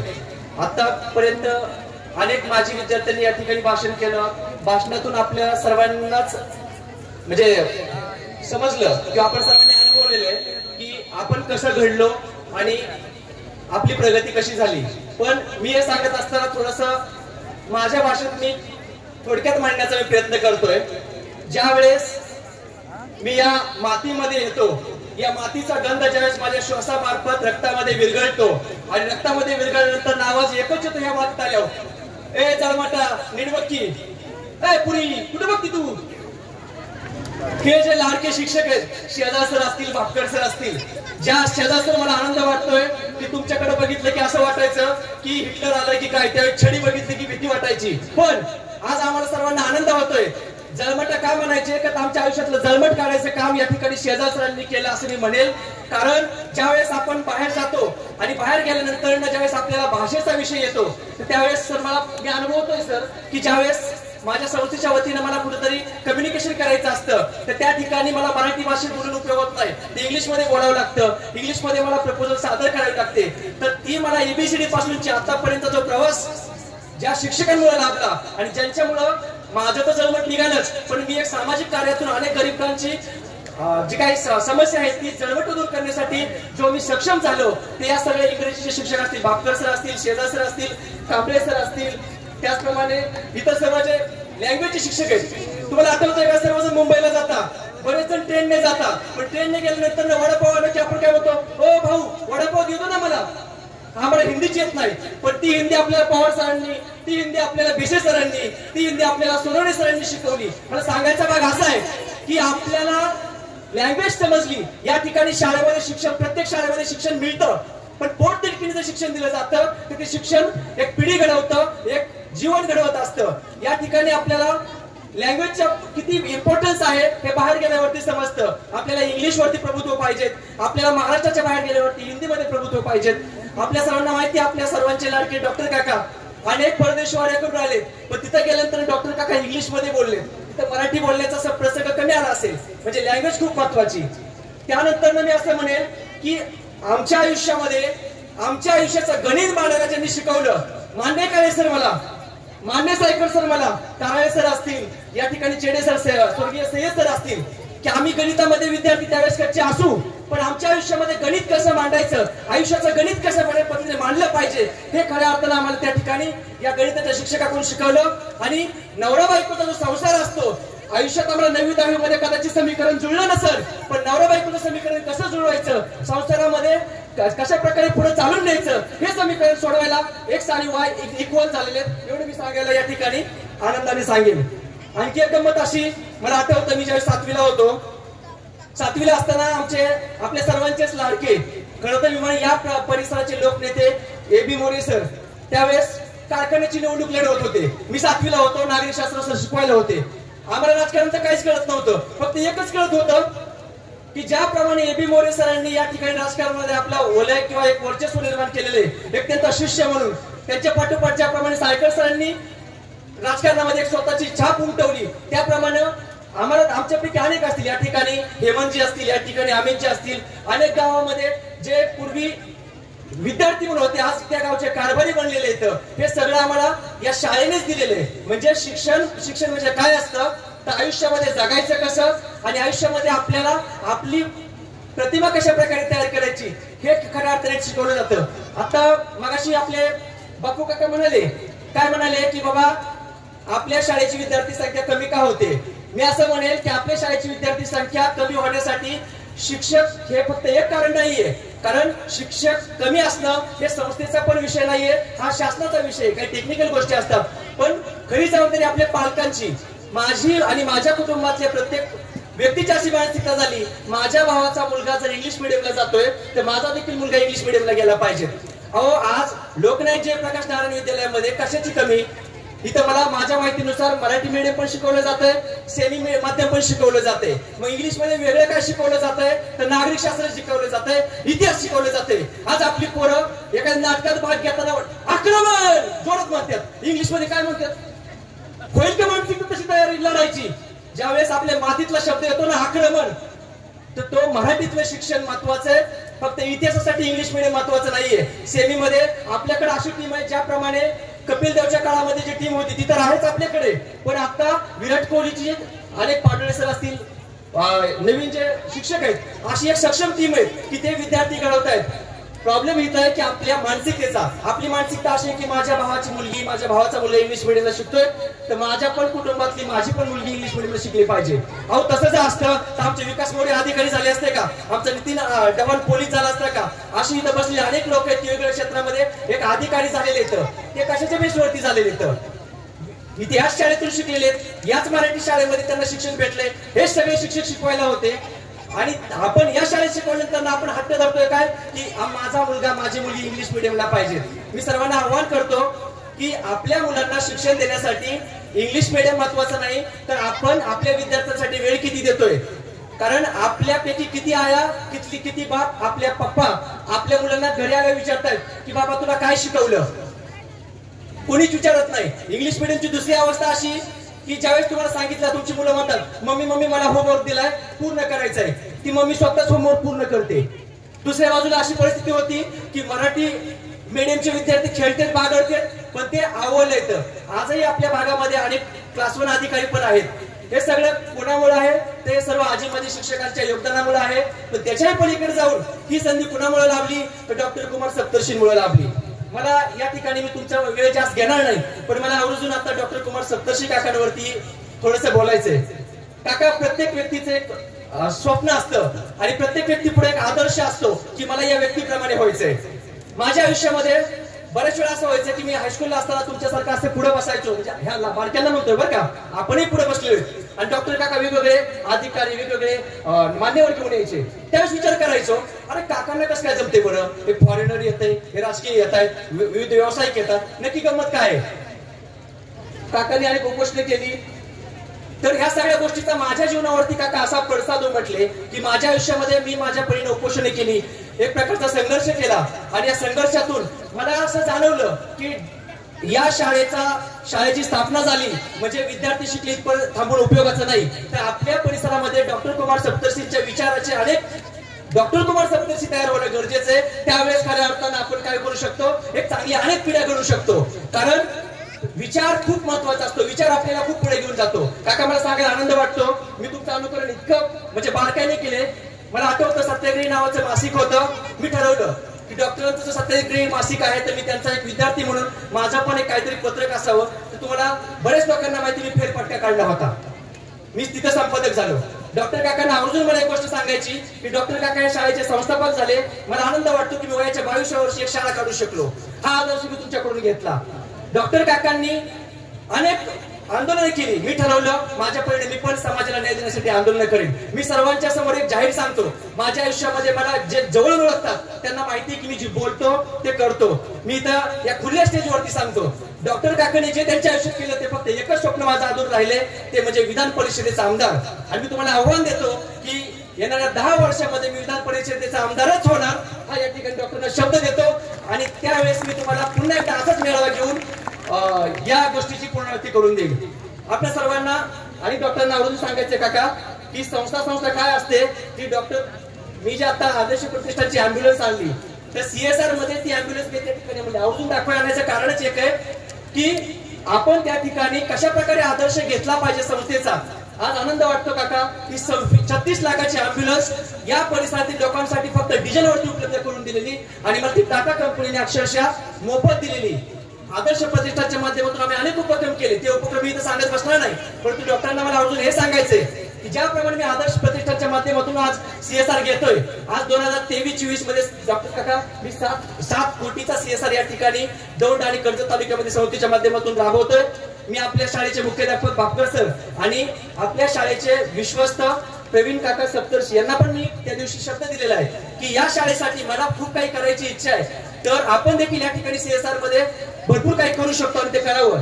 मी तुम्हाला सांगण्याचं कारण असं, या ठिकाणी विकास मोरे साहेब असतील, आता काका झालेत काका आपण, तर असे अनेक अधिकारी आहेत, अनेक कंपनीचे म्हणजे उद्योजक आहेत. या ठिकाणी मालुजी काकडे आमचे मार्गदर्शक आहेत. तर CSR हा कंपन्यांमार्फत दिला जातो, विविध बँकांमार्फत दिला जातो. तर मी आपल्या सर्वांना आव्हान करतो की अशा प्रकारचा जर CSR निधी आपल्या शाळेला दिला गेला तर या शाळेचं नक्कीच जे काही भौतिक सुविधा आहेत त्या चांगल्या पद्धतीने आपण त्या ठिकाणी करू शकतो. आणि यासाठी आपल्याला जेवढं काही सहकार्य करता येईल ते आपण करू. आता काही आमचे अधिकारी म्हणतात आमचं काय व्यावसायिक कंपनीच्या CSR निधी आमचं काय, तर आपल्याला या ठिकाणी शाळेला तुमचा टॅक्स वाचवण्यासाठी एटीच्या अंतर्गत या ठिकाणी आपल्या शाळेला एक इन्कम टॅक्सचं सर्टिफिकेट आहे की ज्याच्या माध्यमातून आपल्या शाळेला जर डोनेशन दिलं तर त्या डोनेशनच्या माध्यमातून तुमचा टॅक्स वाचू शकतो आणि अशा प्रकारे आपण वेगवेगळ्या टप्प्यामध्ये त्या ठिकाणी शाळेसाठी योगदान देऊ शकतो. आणि या माजी विद्यार्थी मेळाव्याच्या निमित्ताने मी एवढं सांगेन की अनेक व्यावसायिक आहेत, खास करून विकास सर असतील, या ठिकाणी मालोजी काकडे सर असतील आणि काहींचा मला नामोल्लेख कदाचित करता येणार नाही, पण अनेक व्यावसायिक आहेत. तर आपल्या पद्धतीने आपण CSRच्या माध्यमातून या ठिकाणी संस्थेच्या वाढीसाठी प्रयत्न करू. आता तुम्ही बरेचसे जण म्हणता की आम्ही काही जण शेतकरी आहोत तर आम्ही काय केलं पाहिजे, तर शेतकऱ्यांनी एवढंच करा की तुमच्या कुटुंबातली मुलं हे आपल्या मराठी मीडियमच्या शाळेमध्ये या ठिकाणी शाळेमध्ये घाला, कारण या शाळेची क्वालिटी खूप चांगली आहे. कारण जर क्वालिटी चांगली नसती तर आज आतापर्यंत जे काही आमचे BC वकिलांसारखे असतील अनेक लोक इथे येऊन जे बोलली हे घडलेत, कुणामुळे घडलेत, ते शाळेमुळे घडलेत. आणि ह्या शाळेवरचं प्रेम जतन करण्यासाठी या शाळेचे आपले जे काही शिक्षक होते हे सरप्लस होऊन दुसरीकडे कुठेतरी जाऊ नये म्हणून आपल्या शिक्षकांना इथंच राहण्यासाठी विद्यार्थी संख्या वाढली पाहिजे अशी अपेक्षा करतो. आणि या ठिकाणी काही शिक्षक माजी शिक्षक आलेले नाहीत, त्यांची उणीव निश्चितच भासते. तरी देखील आपण या सगळ्या नियोजनाची संकल्पना जी आहे आपल्या शाळेचे मुख्याध्यापक सन्माननीय प्राचार्य भापकर सर यांनी मांडली, त्यांनी ग्रुपच्या माध्यमातून सोशल मीडियाच्या माध्यमातून आपल्यापर्यंत पोहोचवली. हे सगळं करत असताना ज्यावेळेस भापकर सरांनी सुनील शेट्टी असेल, विजय सोनवणे असेल किंवा माझ्यासमोर सायकर सर यांनी हा विषय मांडला, तर त्यावेळेस आम्ही आमच्या परीने त्या प्रयत्न करण्याचा आणि चांगला कार्यक्रम करण्याचा प्रयत्न केला. पण या कार्यक्रमाला खरी शोभा आणली तर तुम्ही सर्व उपस्थितांनी. असंच आपल्या शाळेवरती प्रेम राहावं अशी मी आपल्याकडून या ठिकाणी आशा व्यक्त करतो. माझं लांबलं भाषण त्याला कारणही तसंच आहे. डॉक्टर काकांचं मी 6 वर्ष भाषण ऐकत आलोय आणि मलाही वाटायचं डॉक्टर काकांचं कधी लांबचं भाषण मी मोठीत मोठं भाषण करण्याचा कधी मी प्रयत्न करेन. आणि हे देखील मी यासाठी भापकर सरांना धन्यवाद देईन. भापकर सरांनी मला भाषण शिकवलं, कारण 1995-96 साली ज्यावेळेस भाषण स्पर्धा होती भापकर सर मला म्हणले उठ तू पण भाषण करायचंय. मी पण भाषण करायला उठलो आणि मी भाषण करताना एक वाक्य वापरलं. आपण जसं म्हणतो की अध्यक्ष महाशय, गुरुजन वर्ग, प्रतिष्ठित ग्रामस्थ, मी जे बोलायचे तुम्ही शांत चित्ताने ऐका. मी एवढंच बोललो की मी जे बोलतो तुम्ही नीट बसून ऐका. सगळे नीट बसले ना. आणि त्याच्यानंतर मला उत्तेजनार्थ बक्षीस भेटलं. मला तिथून आत्मविश्वास वाढला. जर आपण एवढं बोललो मला उत्तेजनार्थ बक्षीस भेटलंय तर पुढे चालून काय होईल. आणि नंतर कळलं की हे मला कशासाठी दिलं होतं की फक्त प्रेरणा मिळण्यासाठी. मी भापकर सरांचं आणि सर्व शिक्षकांचं पुन्हा एकदा धन्यवाद देतो. आणि आता माझी खरी लढाई जी आहे ती आयुष्यात सामाजिक क्षेत्रात आणि राजकीय क्षेत्रात आहे. तर या ठिकाणी माजी शिक्षक AB मोरे सर असतील आणि सायकर सर यांचं मला मार्गदर्शन लाभावं. कारण कुठल्याही महायुद्ध जिंकण्यासाठी, कुठलाही युद्ध जिंकण्यासाठी, मग राजकीय असू द्यात कुठल्याही पद्धतीचं, गुरुचं महत्व खूप असतं. या दोघांना मी अशी अपेक्षा करतो. एक जणाने द्रोणाचार्य व्हावं, एक जणांना माझं भगवान श्रीकृष्ण म्हणून माझं राजकीय रथ विधान परिषदेच्या आमदारकी पर्यंत घेण्यासाठी मार्गदर्शन करावं अशी आशा व्यक्त करतो. आणि या ठिकाणी तुमचा निरोप घेतो. धन्यवाद.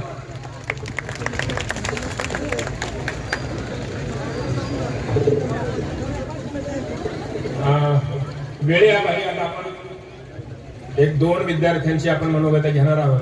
आणि या 2 राहिलेल्या विद्यार्थ्यांना माझी कळकळीची विनंती की 2 मिनिटातच त्यांनी त्यांचं मनोगत व्यक्त करायचं आहे. त्यापूर्वी मी राहुल ढवाण यांना यांचे विशेष म्हणजे आभार मानेन की आमच्या शाळेच्या वतीने त्यांनी आपल्या सर्वांना खूप मोठं आवाहन केलेलं आहे की या शाळेतून आतापर्यंत किती विद्यार्थी घडले, कसे घडले, कोणी डॉक्टर झालं, कोणी इंजिनियर झालं. आणि या वर्षी सुद्धा आमच्या शाळेचा निकाल इयत्ता 10वीचा निकाल 96.77 आणि 12वीचा निकाल 100% लागलेला आहे. आणि एक विशेष बाब म्हणजे की पहिल्या बॅचचा जेव्हा शाळा आज 7 जूनला सुरू झाली होती त्या पहिल्या बॅचचा ऑफिसमध्ये दाखल्याची नोंदणी जी असते केलेली, ज्याला आपण 1 नंबर रजिस्टर म्हणतो सर, या 1 नंबर रजिस्टर मध्ये ज्याचं नाव 1 नंबरला ज्याला मान मिळाला तो सुद्धा डॉक्टर आहे आज. आणि त्यांचं नाव डॉक्टर गिरीश काय गिरीश बंशीधर जायभाय, डॉक्टर जायभाय. आणि आपल्या शाळेचा पहिला विद्यार्थी डॉक्टर आहे, हीच आपली खरी मानाची बाब आहे. आणि आमच्या शाळेमध्ये आम्ही आता बऱ्याच वेळा उल्लेख होतो की शिक्षक कमी असे काही नाहीये. आम्ही शिक्षकांची व्यवस्था करतोय आणि विद्यार्थ्यांना घडवण्याचा पुरेपूर प्रयत्न आम्ही जेवढे शिक्षक आहोत तेवढा करण्याचा प्रयत्न आमचा नेहमीच चालू असतो. तुमच्या पालकांच्या ज्या काही अपेक्षा आहेत त्या सगळ्या पूर्ण केल्या जातील. विद्यार्थ्यांना घडवण्याचा मनापासून प्रयत्न केला जाईल. सर्वांनी आता 5वीला 6वीला तुमचे विद्यार्थी आमच्या शाळेमध्ये आणा, घाला आणि त्यांना घडवण्याचा आम्ही जो आतापर्यंत जो आम्ही प्रयत्न केला तोच प्रयत्न आमचा मनापासून चालू राहील. यानंतर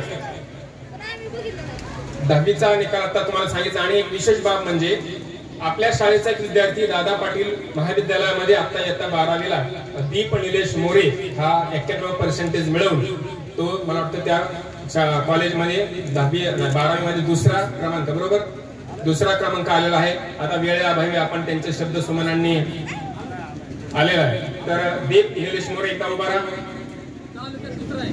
तालुक्यात दुसरा आहे. दीप निलेश उभा राहा, कृपया उभा राहायचं.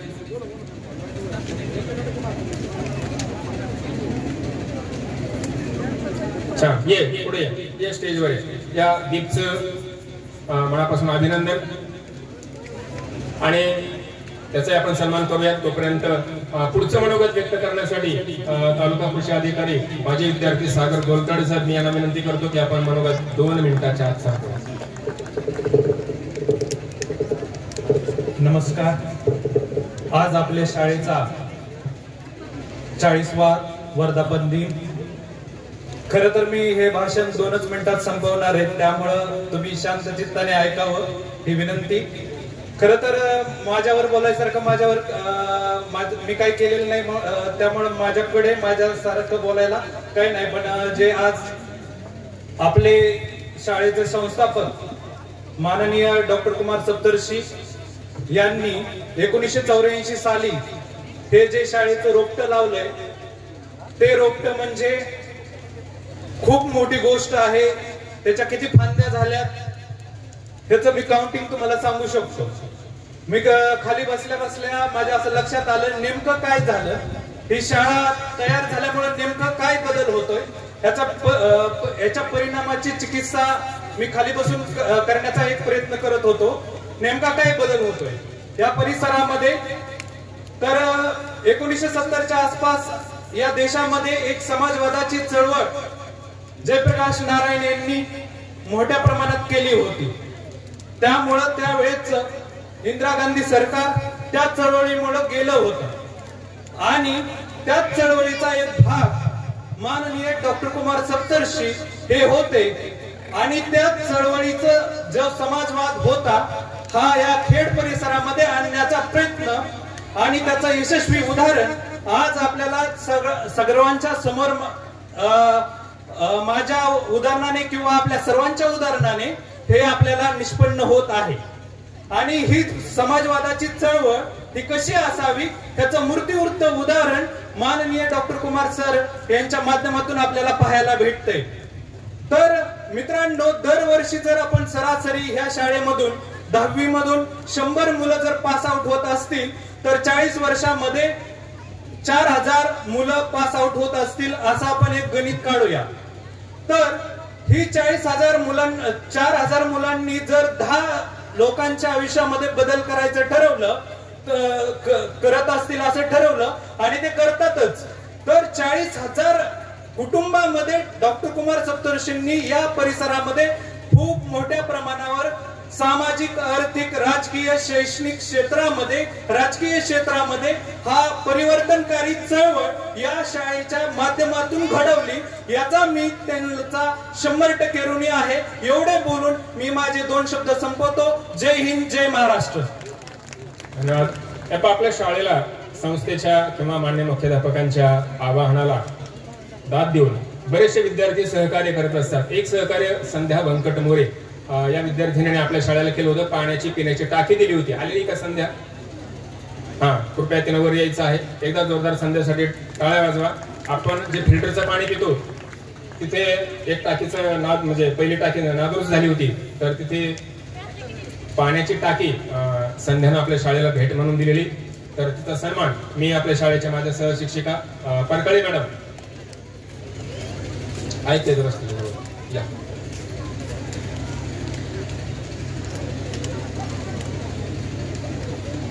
आपल्या संस्थेचे संस्थापक मान्य डॉक्टर कुमार सप्तर्षी यांच्या जीवनावरची काही पुस्तकं, त्यांनी लिहिलेली काही पुस्तकं आपल्या सर्वांसाठी इथे समोर विक्रीसाठी उपलब्ध आहेत. आपण जेव्हा हा कार्यक्रम संपेल तेव्हा अवश्य ही पुस्तकं आपण घ्यावीत अशी मी सर्वांना विनंती करतो. एकदा संध्यासाठी सर्वांनी एकदा जोरदार टाळ्या वाजवा. धन्यवाद. आणि यानंतर वेळे अभावी आता आणखी 4-5 विद्यार्थ्यांची नावं माझ्या यादीला आपण दिली होती, परंतु मी तुमची माफी मागून आणि मान्यवरांच्या स्टेजच्या मंचावरच्या आदेशानुसार आपण थोडासा कार्यक्रम आठवतो, कारण आपल्या डॉक्टरांचं खूप काही ऐकायचंय म्हणून. तर शेवटचं एक विद्यार्थ्यांचं, माझ्या विद्यार्थ्यांपैकी शेवटचं मनोगत मी मान्य मालूजी काकडे साहेब यांना विनंती करतो की आपण आपलं मनोगत व्यक्त करावं.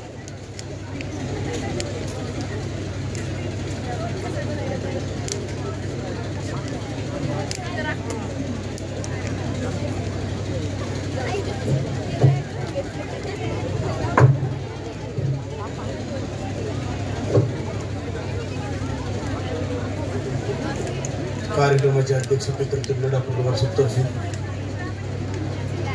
माजी विद्यार्थी संघटनेचे अध्यक्ष बिंबराव नारायण जंजिरे, सर्व विश्वस्त. आता सगळ्यांची नावं घेणं जरा थोडं जड वाटतं आणि जेवणाची वेळ झालेली दिसते. आता माझं भाषण लांब बोलत नाही, पॉईंट वाटत नाही. परत काही लोकांच्या भाषणामध्ये जे सगळ्यांनी ऐकलेलं असेल आणि मी भाषणाला उभा राहिल्यानंतर सगळ्यांच्या भावा उठणार किती वेळ घेणार आहे.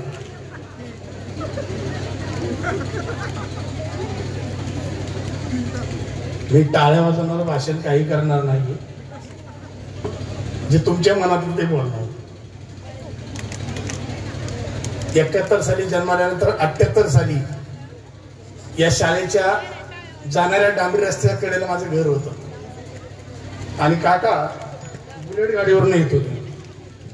त्यावेळेस काका आमदार होते आणि ते येत असताना या संस्थेची स्थापना आणि संस्थेमध्ये एक संस्था स्थापन करण्याचं स्वतःच्या जन्मगावातलं त्यांचं एक स्वप्न मी माझ्या डोळ्यांनी पाहिलेलं. त्याच ग्रामीण विकास केंद्र नावाचं पहिलं आपण केंद्र चालू केलं. या ठिकाणी गाया कशा असाव्यात, बैल कशी असावीत, शेळ्या कशा असाव्यात, काय कसं असावं इतकं भरभराट मी माझ्या डोळ्याने पाहिलं. तेव्हा कधी प्रवीण काका होते, काका होते, मॅडम होत्या, सगळ्यांनी आम्ही पाहिलं. 1984ला ज्या टायमाला हायस्कूल काढण्याची वेळ आली, कारण आतापर्यंतची पिढी ही कुठल्याही पद्धतीने सुधारणार नाही, कारण आधुनिक शेती कशी करावी, इस्रायल पद्धत शेती कशी करावी हे डॉक्टरांनी आम्हाला शिकवलं होतं, सगळ्या गावाला शिकवत होते. त्या काळातले साक्षीदार आजही गावामध्ये आहेत. पण ज्यावेळेस त्यांच्यावर काही फरक पडत नाही त्यावेळेस काही 4-5 मित्रमंडळींनी ठरवलं की या ठिकाणी हायस्कूलच्या माध्यमातून आपण जर गेलो तर पुढची पिढी सुधारल्याशिवाय राहणार नाही, म्हणून डॉक्टरांनी त्या ठिकाणी हायस्कूलची स्थापना करण्याची काही संघटनांना बरोबर घेऊन चालू केली. मला आठवतंय आजही त्या काळात ज्यांनी शाळेला विरोध केला आजही आजच्या कार्यक्रमासारख्या ठिकाणी ते येऊ शकत नाहीत किंवा आलेले सुद्धा नाही. त्यावेळेस काही शुल्लक फी 150-200 रुपये फी असायची, ती सुद्धा भरण्याची परिस्थिती आमच्या पालकांची नसायची. या ठिकाणी बसलेले मोरे सर असतील, पवार सर असतील, कुलकर्णी सर असतील, शेजार सर असतील, चेडे सर असतील, शिपाई भिसे असतील, अर्ध पोटाने या लोकांनी या ठिकाणी कामं केलेली. यांना पगार काय होते, हे करत काय होते, घरनं येताना यांनी बाजरी ज्वारी गहू काहीतरी आणायचं, इथं हाताने करायचं, खायचं आणि या ठिकाणी शाळेमध्ये काम करायचं. मला वाटतं 1990 साली आपल्याला ग्रँड आली आणि ग्रँडच्या माध्यमातून हायस्कूलला थोडं चांगलं बळ आपल्याला मिळालं. त्यानंतर पुढे जाऊन मला असं कळालं की ग्रँडवरती शिक्षकांच्या पगारावर एक साधारण काहीतरी टक्केवारीने पैसे येतात, ते देखील मराठी शासनात बंद केलेले. नव्हे तर 63,000 काहीतरी स्कूल बंद करण्याचा निर्णय या सरकारने घेतलेला आहे. हे फार वाईट दुर्दैव आहे. मराठी शाळेमध्ये जाणाऱ्यांची संख्या कमी व्हायला लागलेली, इंग्लिश मिडियमकडे जाणाऱ्यांची संख्या वाढत चाललेली. मित्रांनो, जी लोक मराठी शाळेमध्ये शिकलेले त्यांचा आलेख बघा. मी एक इंग्लिश मिडियम मध्ये शिकलेल्या मुलाचा बाप आहे, जो माझा मुलगा इंग्लंडला शिकतोय. चांगला मोठा कोर्स शिकतोय, IBM सारखा कोर्स करतोय. पण दुःख मला काय आहे मला माहिती. पण मराठी शाळेतला मुलगा एक परवा शेटपळगडे तालुका इंदापूर जिल्हा पुणे मधली एक मुलगी 21व्या वर्षी ती कृषी अधिकारी आहे. तिला 30,000 रुपये पगार आहे. माझ्याकडेच राहायला होती. तिने 30,000 रुपयाची नोकरी कृषी अधिकारी वनरक्षक झाली. मराठी शाळेमध्ये शिकलेली मुलं 100% देशाला पुढे न्यायचं काम करतात. मला वाटतं IAS IPS अधिकारी हे मराठी शाळेमध्येच तयार होतात. इंग्लिश मिडियमची पोरं IAS IPS करू शकत नाहीत. ते जास्तीत जास्त चष्मा लावून IT पार्क मध्ये जाऊ शकतात. काय आपण शिक्षकांना दोष देणार आहे? आमच्या काळामध्ये शिक्षक हे आमचे मित्र होते. पण आजही मोरे सरांकडे बघताना, पवार सर बघताना अंगावरती काटा येतो की उठून ते आम्हाला अजून मारतील का काय. आजही त्यांच्या पायाला आम्ही हात लावतो ते सांगतात की आता ही पिढी कुठे चालली. आम्ही पायाला हात लावून सांगतो की सर ही आमची शेवटची पिढी जी तुमच्या पायाला हात लावणार आहे, त्यानंतरच्या तुम्ही अपेक्षा ठेवू नका की तुम्हाला कोणी हात लावणार आहे का. मला वाटतं मी मागच्या महिन्यामध्ये संस्थेमध्ये आलो. आमच्या मोठ्या भगिनी नंदाताई पाटील मला बोलून घेतलं आणि सांगितलं की संस्थेची अवस्था आणि संस्थेची वेळ. मला तो 78 ते 84चा काळ आठवतो, 85 काळ आठवतो. संस्थेमध्ये जे काही सुकाळ होता, संस्थेमध्ये जे काय बघायला होतं, हे अक्षरशः काय नव्हतं. आणि आज या संस्थेला या ठिकाणी जाण्याची का वेळ येते? कारण संस्थेने काकांनी फक्त विद्यार्थ्यांसाठी आपल्यासाठी केलं. आज मला वाटतं या ठिकाणी शिकून 10वी नंतर मी स्वतः BCom दादा पाटील महाविद्यालयात झालो. मी LLB सिंबाशिवमधून पासआउट झालो.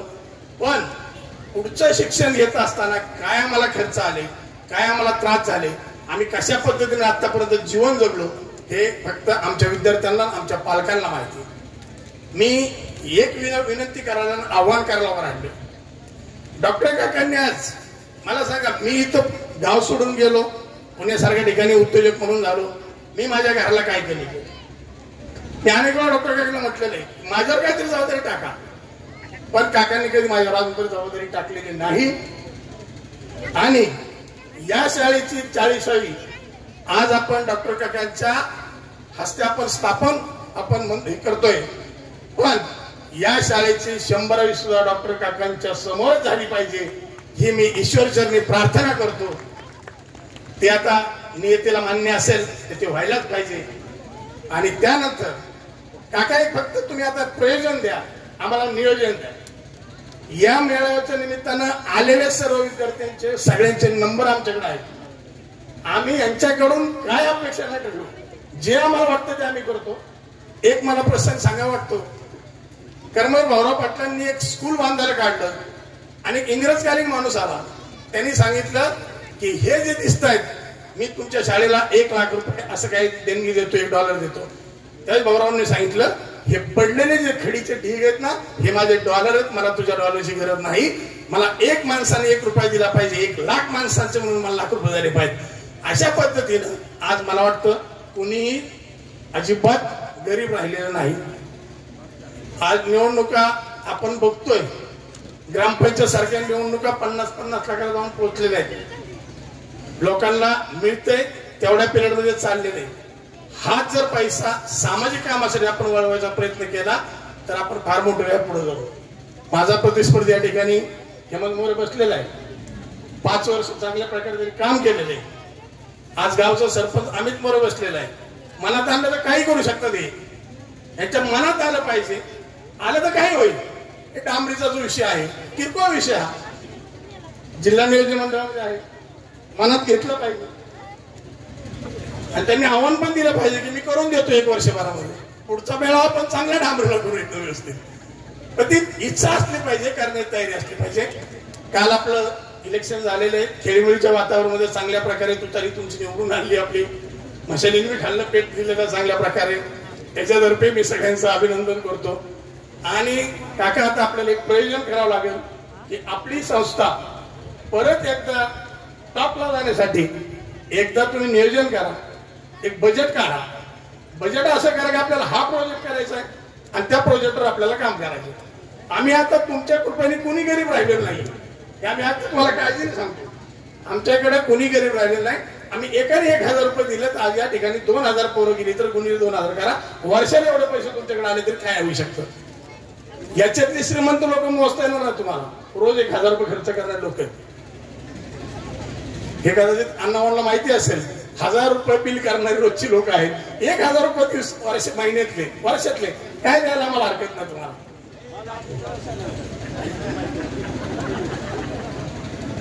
तर मला ताई परवा तू बोललीस की तुझ्याकडनं काय होणार आहे, तू जे डिक्लेअर करशील ते माझ्याकडनं होणार आहे.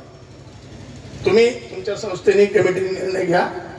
तुझे जिमचं बोलले असतील, फक्त जिम चालवताना माझ्या स्वतः 2 जिम आहेत मला माहिती. भविष्यामध्ये तिथं ट्रेनर आणि ते सगळ्या गोष्टी मेंटेन झाल्या पाहिजे. ती मेंटेन करणारी माणसं आपल्याला लागतील इथं, ती तयार केली पाहिजे. जिमचा चांगला प्रोजेक्ट तयार करा, संस्थेमार्फत करा. संस्थेला जे आहे ते मी माझ्या बाजूने देईल, संस्थेने सगळा प्रोजेक्ट राबवा. तर ते जिमचं जे तू बोललेली तुझ्या मदतीने तुझ्या साक्षीने आता मी डिक्लेअर करून टाकतो. जास्त वेळ काही घेत नाही, जेवणाची वेळ आहे सगळ्यांची.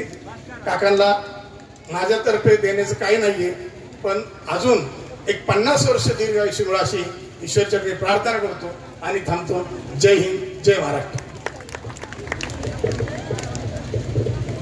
गुरुर ब्रह्मा गुरुर विष्णू गुरुर देव महेश्वरा गुरुर साक्षात परब्रह्म तस्मै श्री गुरुवे नमः. आज मला या ठिकाणी सांगायला विशेष आनंद वाटतो की आज आपल्याला आपल्या खेड परिसरातील सर्व नागरिकांना किंवा पंचक्रोशीतील सर्व मंडळींना आज आपल्याला देवाच्या पेक्षाही श्रेष्ठ माणसं, खूप मोठी आबाळाच्या उंची एवढी माणसं आपल्याला मिळाली. या उंचीचा किंवा त्यांच्या या संस्कृतीचा, त्यांच्या शिक्षणाचा फायदा सर्व ग्रामस्थांनी घ्यावा. या ठिकाणी मी सर्व ग्रामस्थांना विनंती करतो की गावातील सर्व हेवेदावे विसरून या संस्थेसाठी भरभर असे सर्वांनी मदत करावी. आणि या ठिकाणी या सर्वांचं मी मनपूर्वक अभिनंदन करतो. कार्यक्रमाला सर्वजण उपस्थित राहिले. थोड्याशा नियोजनामध्ये सर्वजण हे कार्यक्रम सर्वांनी चांगल्या पद्धतीने घडवून आणला, त्याबद्दल मी पहिल्या बॅचच्या वतीनं सर्वांचं अभिनंदन करतो. सर्व गुरुजनांचं मनपूर्वक अभिनंदन करतो.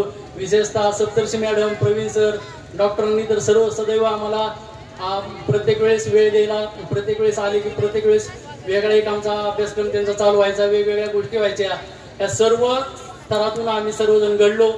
असे या सर्व संस्थेतील सर्व पदाधिकाऱ्यांना मी मनपूर्वक दंडवत करतो आणि या ठिकाणी मी थांबतो. जय हिंद, जय महाराष्ट्र.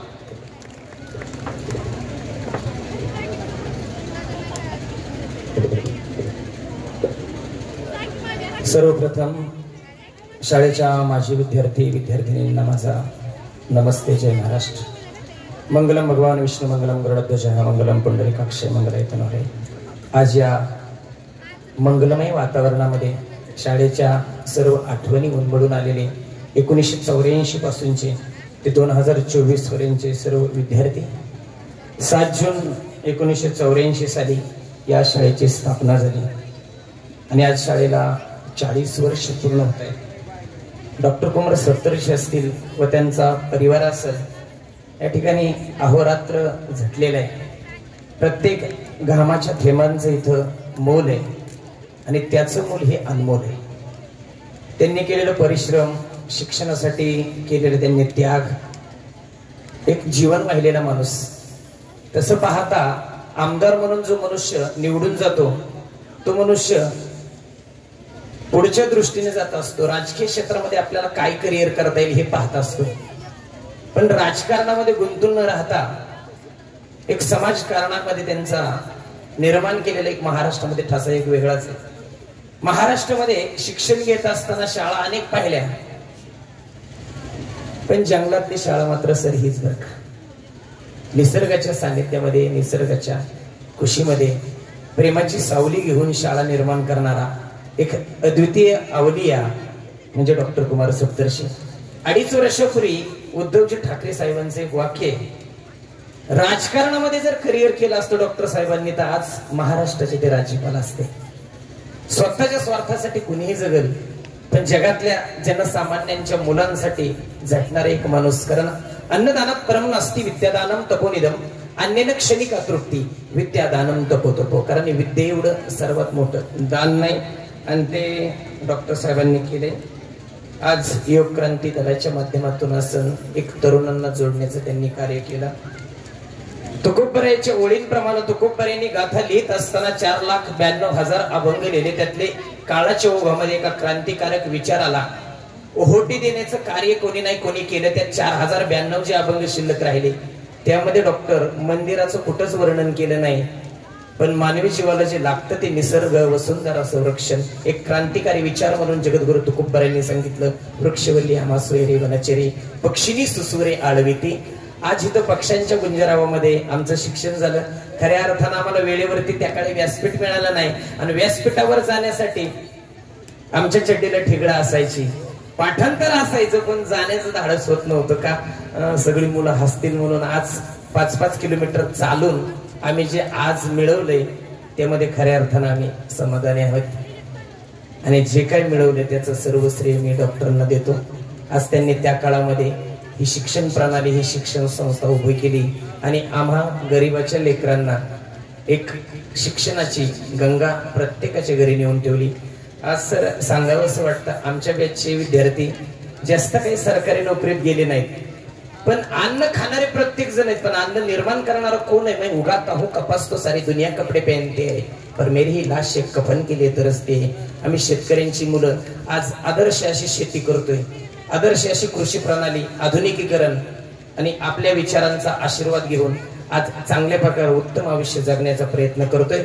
मी आमच्या बॅचच्या विद्यार्थी माझ्या विद्यार्थ्यांच्या सर्वांच्याच वतीनं आम्हाला ही शिक्षणाच्या गंगा ज्यांनी आणली त्यांना दीर्घायुष्य मिळो, सरांचं कुटुंब आरोग्यानं समृद्ध हो अशी ईश्वर चरणी प्रार्थना करतो.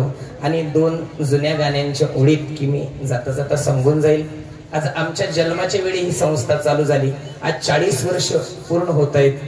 आज जाता जाता ही सगळीच रानची पाखरं पुन्हा एकदा तुमच्या विचारानं प्रेरित होऊन इथपर्यंत आली. 2च ओळी सांगतो. भन्नाट रान वारा भन्नाट रान वारा मस्तीत शिळ घाली मस्तीत शिळ घाली रानाच्या पाखरांची रानात भेट झाली. धन्यवाद. मोडून पडला संसार तरी मोडला नाही कणा. डॉक्टर कुमार सप्तर्षी पाठीवरती हात ठेवून नुसतं लढ म्हणा. धन्यवाद. छान. धन्यवाद महाराज.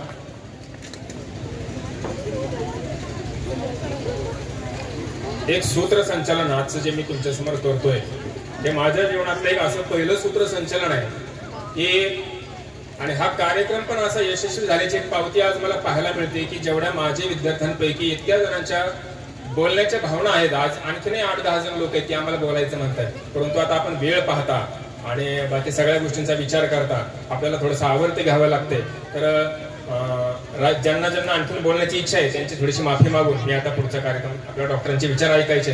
पण तत्पूर्वी एक महत्वाची बाब फक्त आम्हाला तुमच्या समोर आणायची आहे की हा आजचा यशस्वी कार्यक्रम ज्यांच्यामुळे यशस्वी होतोय, ज्यांनी खर्च केला, ज्यांनी पुढे होऊन सगळ्या गोष्टी घडवून आणल्या, त्यांचा नामोल्लेख आणि त्यांचा सन्मान होणं फार गरजेचं आहे. म्हणून माझ्या विद्यार्थ्यांच्या मेळाव्यासाठी ज्यांनी ज्यांनी हे सहकार्य केलेले त्याच्यामध्ये ज्यावेळेस मदतीचा असंख्य हात पुढे सरकावतात ना तेव्हा कोणतंही मोठं कार्य अगदी सहज पार पडतं. आणि आजच्या भव्य कार्यक्रमासाठी ज्या अनेक माझ्या विद्यार्थ्यांनी मोलाचं सहकार्य केलं त्याच्यामध्ये आपण ज्या मंडपात बसलो आहोत, मंडप, साऊंड सिस्टीम, स्वागत, ही कमान, जनरेटर हे सगळं 1999च्या या बॅचने खर्च केलेला आहे. एकदा जोरदार त्या बॅचसाठी सर्वांनी टाळ्या वाजवा. त्यानंतर आपल्या इथं समोर LED स्क्रीन हे एवढं महागा मोलाचं सर्व ज्या गोष्टी आपल्याला ज्यांनी ज्या पुरवल्या, त्यानंतर एक ड्रोन आपल्या भोवतीपार सर्व शूटिंग केलं. अगदी आपण मिरवणूक डॉक्टरांची संस्थेच्या पदाधिकाऱ्यांची मिरवणूक आपण जे स्टँड पासून इथपर्यंत आणली, ज्या ड्रोनने शूटिंग केलं, फोटोग्राफर याचा सर्व खर्च गौरीला डॉक्टर संतोष कदम सर, हातवर करा एकदा डॉक्टर कदम यांच्यासाठी जोरदार टाळ्या. त्यानंतर आज महत्वाचं म्हणजे आता सगळ्यांच्या पोटात कावळे कावकाव करतात जेवायचं सर्वांना, आणि ह्या जेवणाची सगळी व्यवस्था 1987ची जी या पहिल्या शाळेची पहिली बॅच आहे, या पहिल्या बॅचने आपल्याला भोजनाची व्यवस्था केलेली आहे. या सर्व विद्यार्थ्यांना मनापासून धन्यवाद. या पहिल्या बॅचसाठी सर्वांनी जोरदार टाळ्या. त्यानंतर सत्कार सत्कारासाठी लागणारं सर्व साहित्य, फेटे, शाल, श्रीफळ हे 1997च्या बॅचने दिलेलं आहे. त्या 1997च्या बॅचचं शाळेकडून मनापासून धन्यवाद. त्यानंतर आपण आनंद व्यक्त करण्यासाठी जे फटाके उडवले, तोफा उडवल्या, त्या सगळ्या 2011च्या बॅचने दिलेल्या होत्या. त्या 2011च्या बॅचचे हात वर करा. आहेत त्या 2011चे? धन्यवाद. यांच्यासाठी जोरदार टाळ्या. त्यानंतर ज्या स्टेजवर आम्ही सर्वजण विराजमान आहोत, ते स्टेज आणि या स्टेजला सर्व जे डेकोरेशन दिसतंय, हा सुद्धा खर्च 2000 बॅचने केलेला आहे. 2000 बॅचचे हात वर करा. धन्यवाद. यांच्यासाठी एक जोरदार टाळ्या. यानंतर सर्वांना इथं स्टेजवर पिण्याची पाण्याची व्यवस्था, जेवणाच्या वेळेस लागणारी पिण्याच्या पाण्याची व्यवस्था ही सुधीर मोरे 2005चे विद्यार्थी आहेत ते हात वर करा. या सुधीर मोरे यांच्यासाठी जोरदार टाळ्या. त्यानंतर आपल्या आज प्रमुख पाहुणे मान्यवर या सर्वांच्या स्वागतासाठी जी तुतारी वाजवली गेली, हलगी वाजवली गेली, त्यांचं मानधन आणि त्याचा खर्च हा 1998च्या बॅचने स्वीकारला होता. 98ची बॅच हात वर करा. जे असतील त्यांचं मनापासून अभिनंदन. त्यांच्यासाठी एकदा जोरदार टाळ्या. त्यानंतर बाहेर कार्यक्रम, आपल्या कार्यक्रमाची जाहिरात व्हावी म्हणून जे बॅनर लावले गेले, त्या बॅनरचा खर्च आपल्या खेडच्या सिद्धिविनायक प्रतिष्ठान वायशेवाडी सुनील शेटे फोटोग्राफर यांनी केलेला आहे. तर सुनील शेटे हात वर करा. कुठे बसलेत? सुनील शेटे यांच्यासाठी एकदा जोरदार टाळ्या.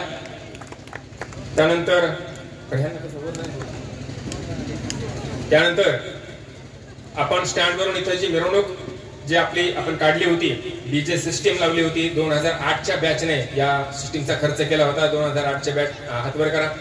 असतील तर त्यांचं इथं मनापासून अभिनंदन. त्यानंतर आपण ज्या चटयांवर बसलेलो आहोत, खुर्च्यांवर बसलेलो आहोत, मॅट, कूलर, पंखे, या सर्व गोष्टींचा खर्च 2004च्या बॅचने केलेला आहे. तर 2004च्या बॅचचं टाळ्या वाजवून मनापासून अभिनंदन. आणि सर्वात महत्वाचं, आपल्या शाळेचा आणि संस्थेचा सन्मान आदर्श प्रतिष्ठान या संस्थेने केला. राहुल ढवाण आणि रणजित ढवाण यांचं मनापासून अभिनंदन. तर अशा प्रकारे अजूनही कोणाचा जर नामोल्लेख राहिला असेल चुकून, तर त्या सर्वांचं ज्यांचं सहकार्य लाभलं हा कार्यक्रम यशस्वी पार पाडण्यामध्ये, त्या सर्वांचं अभिनंदन करतो. आणि आता आपण त्याची उत्सुकता आपल्या सर्वांना आहे. डॉक्टरांचं मार्गदर्शन आपल्याला ऐकायचं आहे. तर मी आता आपल्या संस्थेचे संस्थापक माननीय डॉक्टर कुमार सप्तर्षी यांना विनंती करतो की आपण आम्हाला मार्गदर्शन करावं.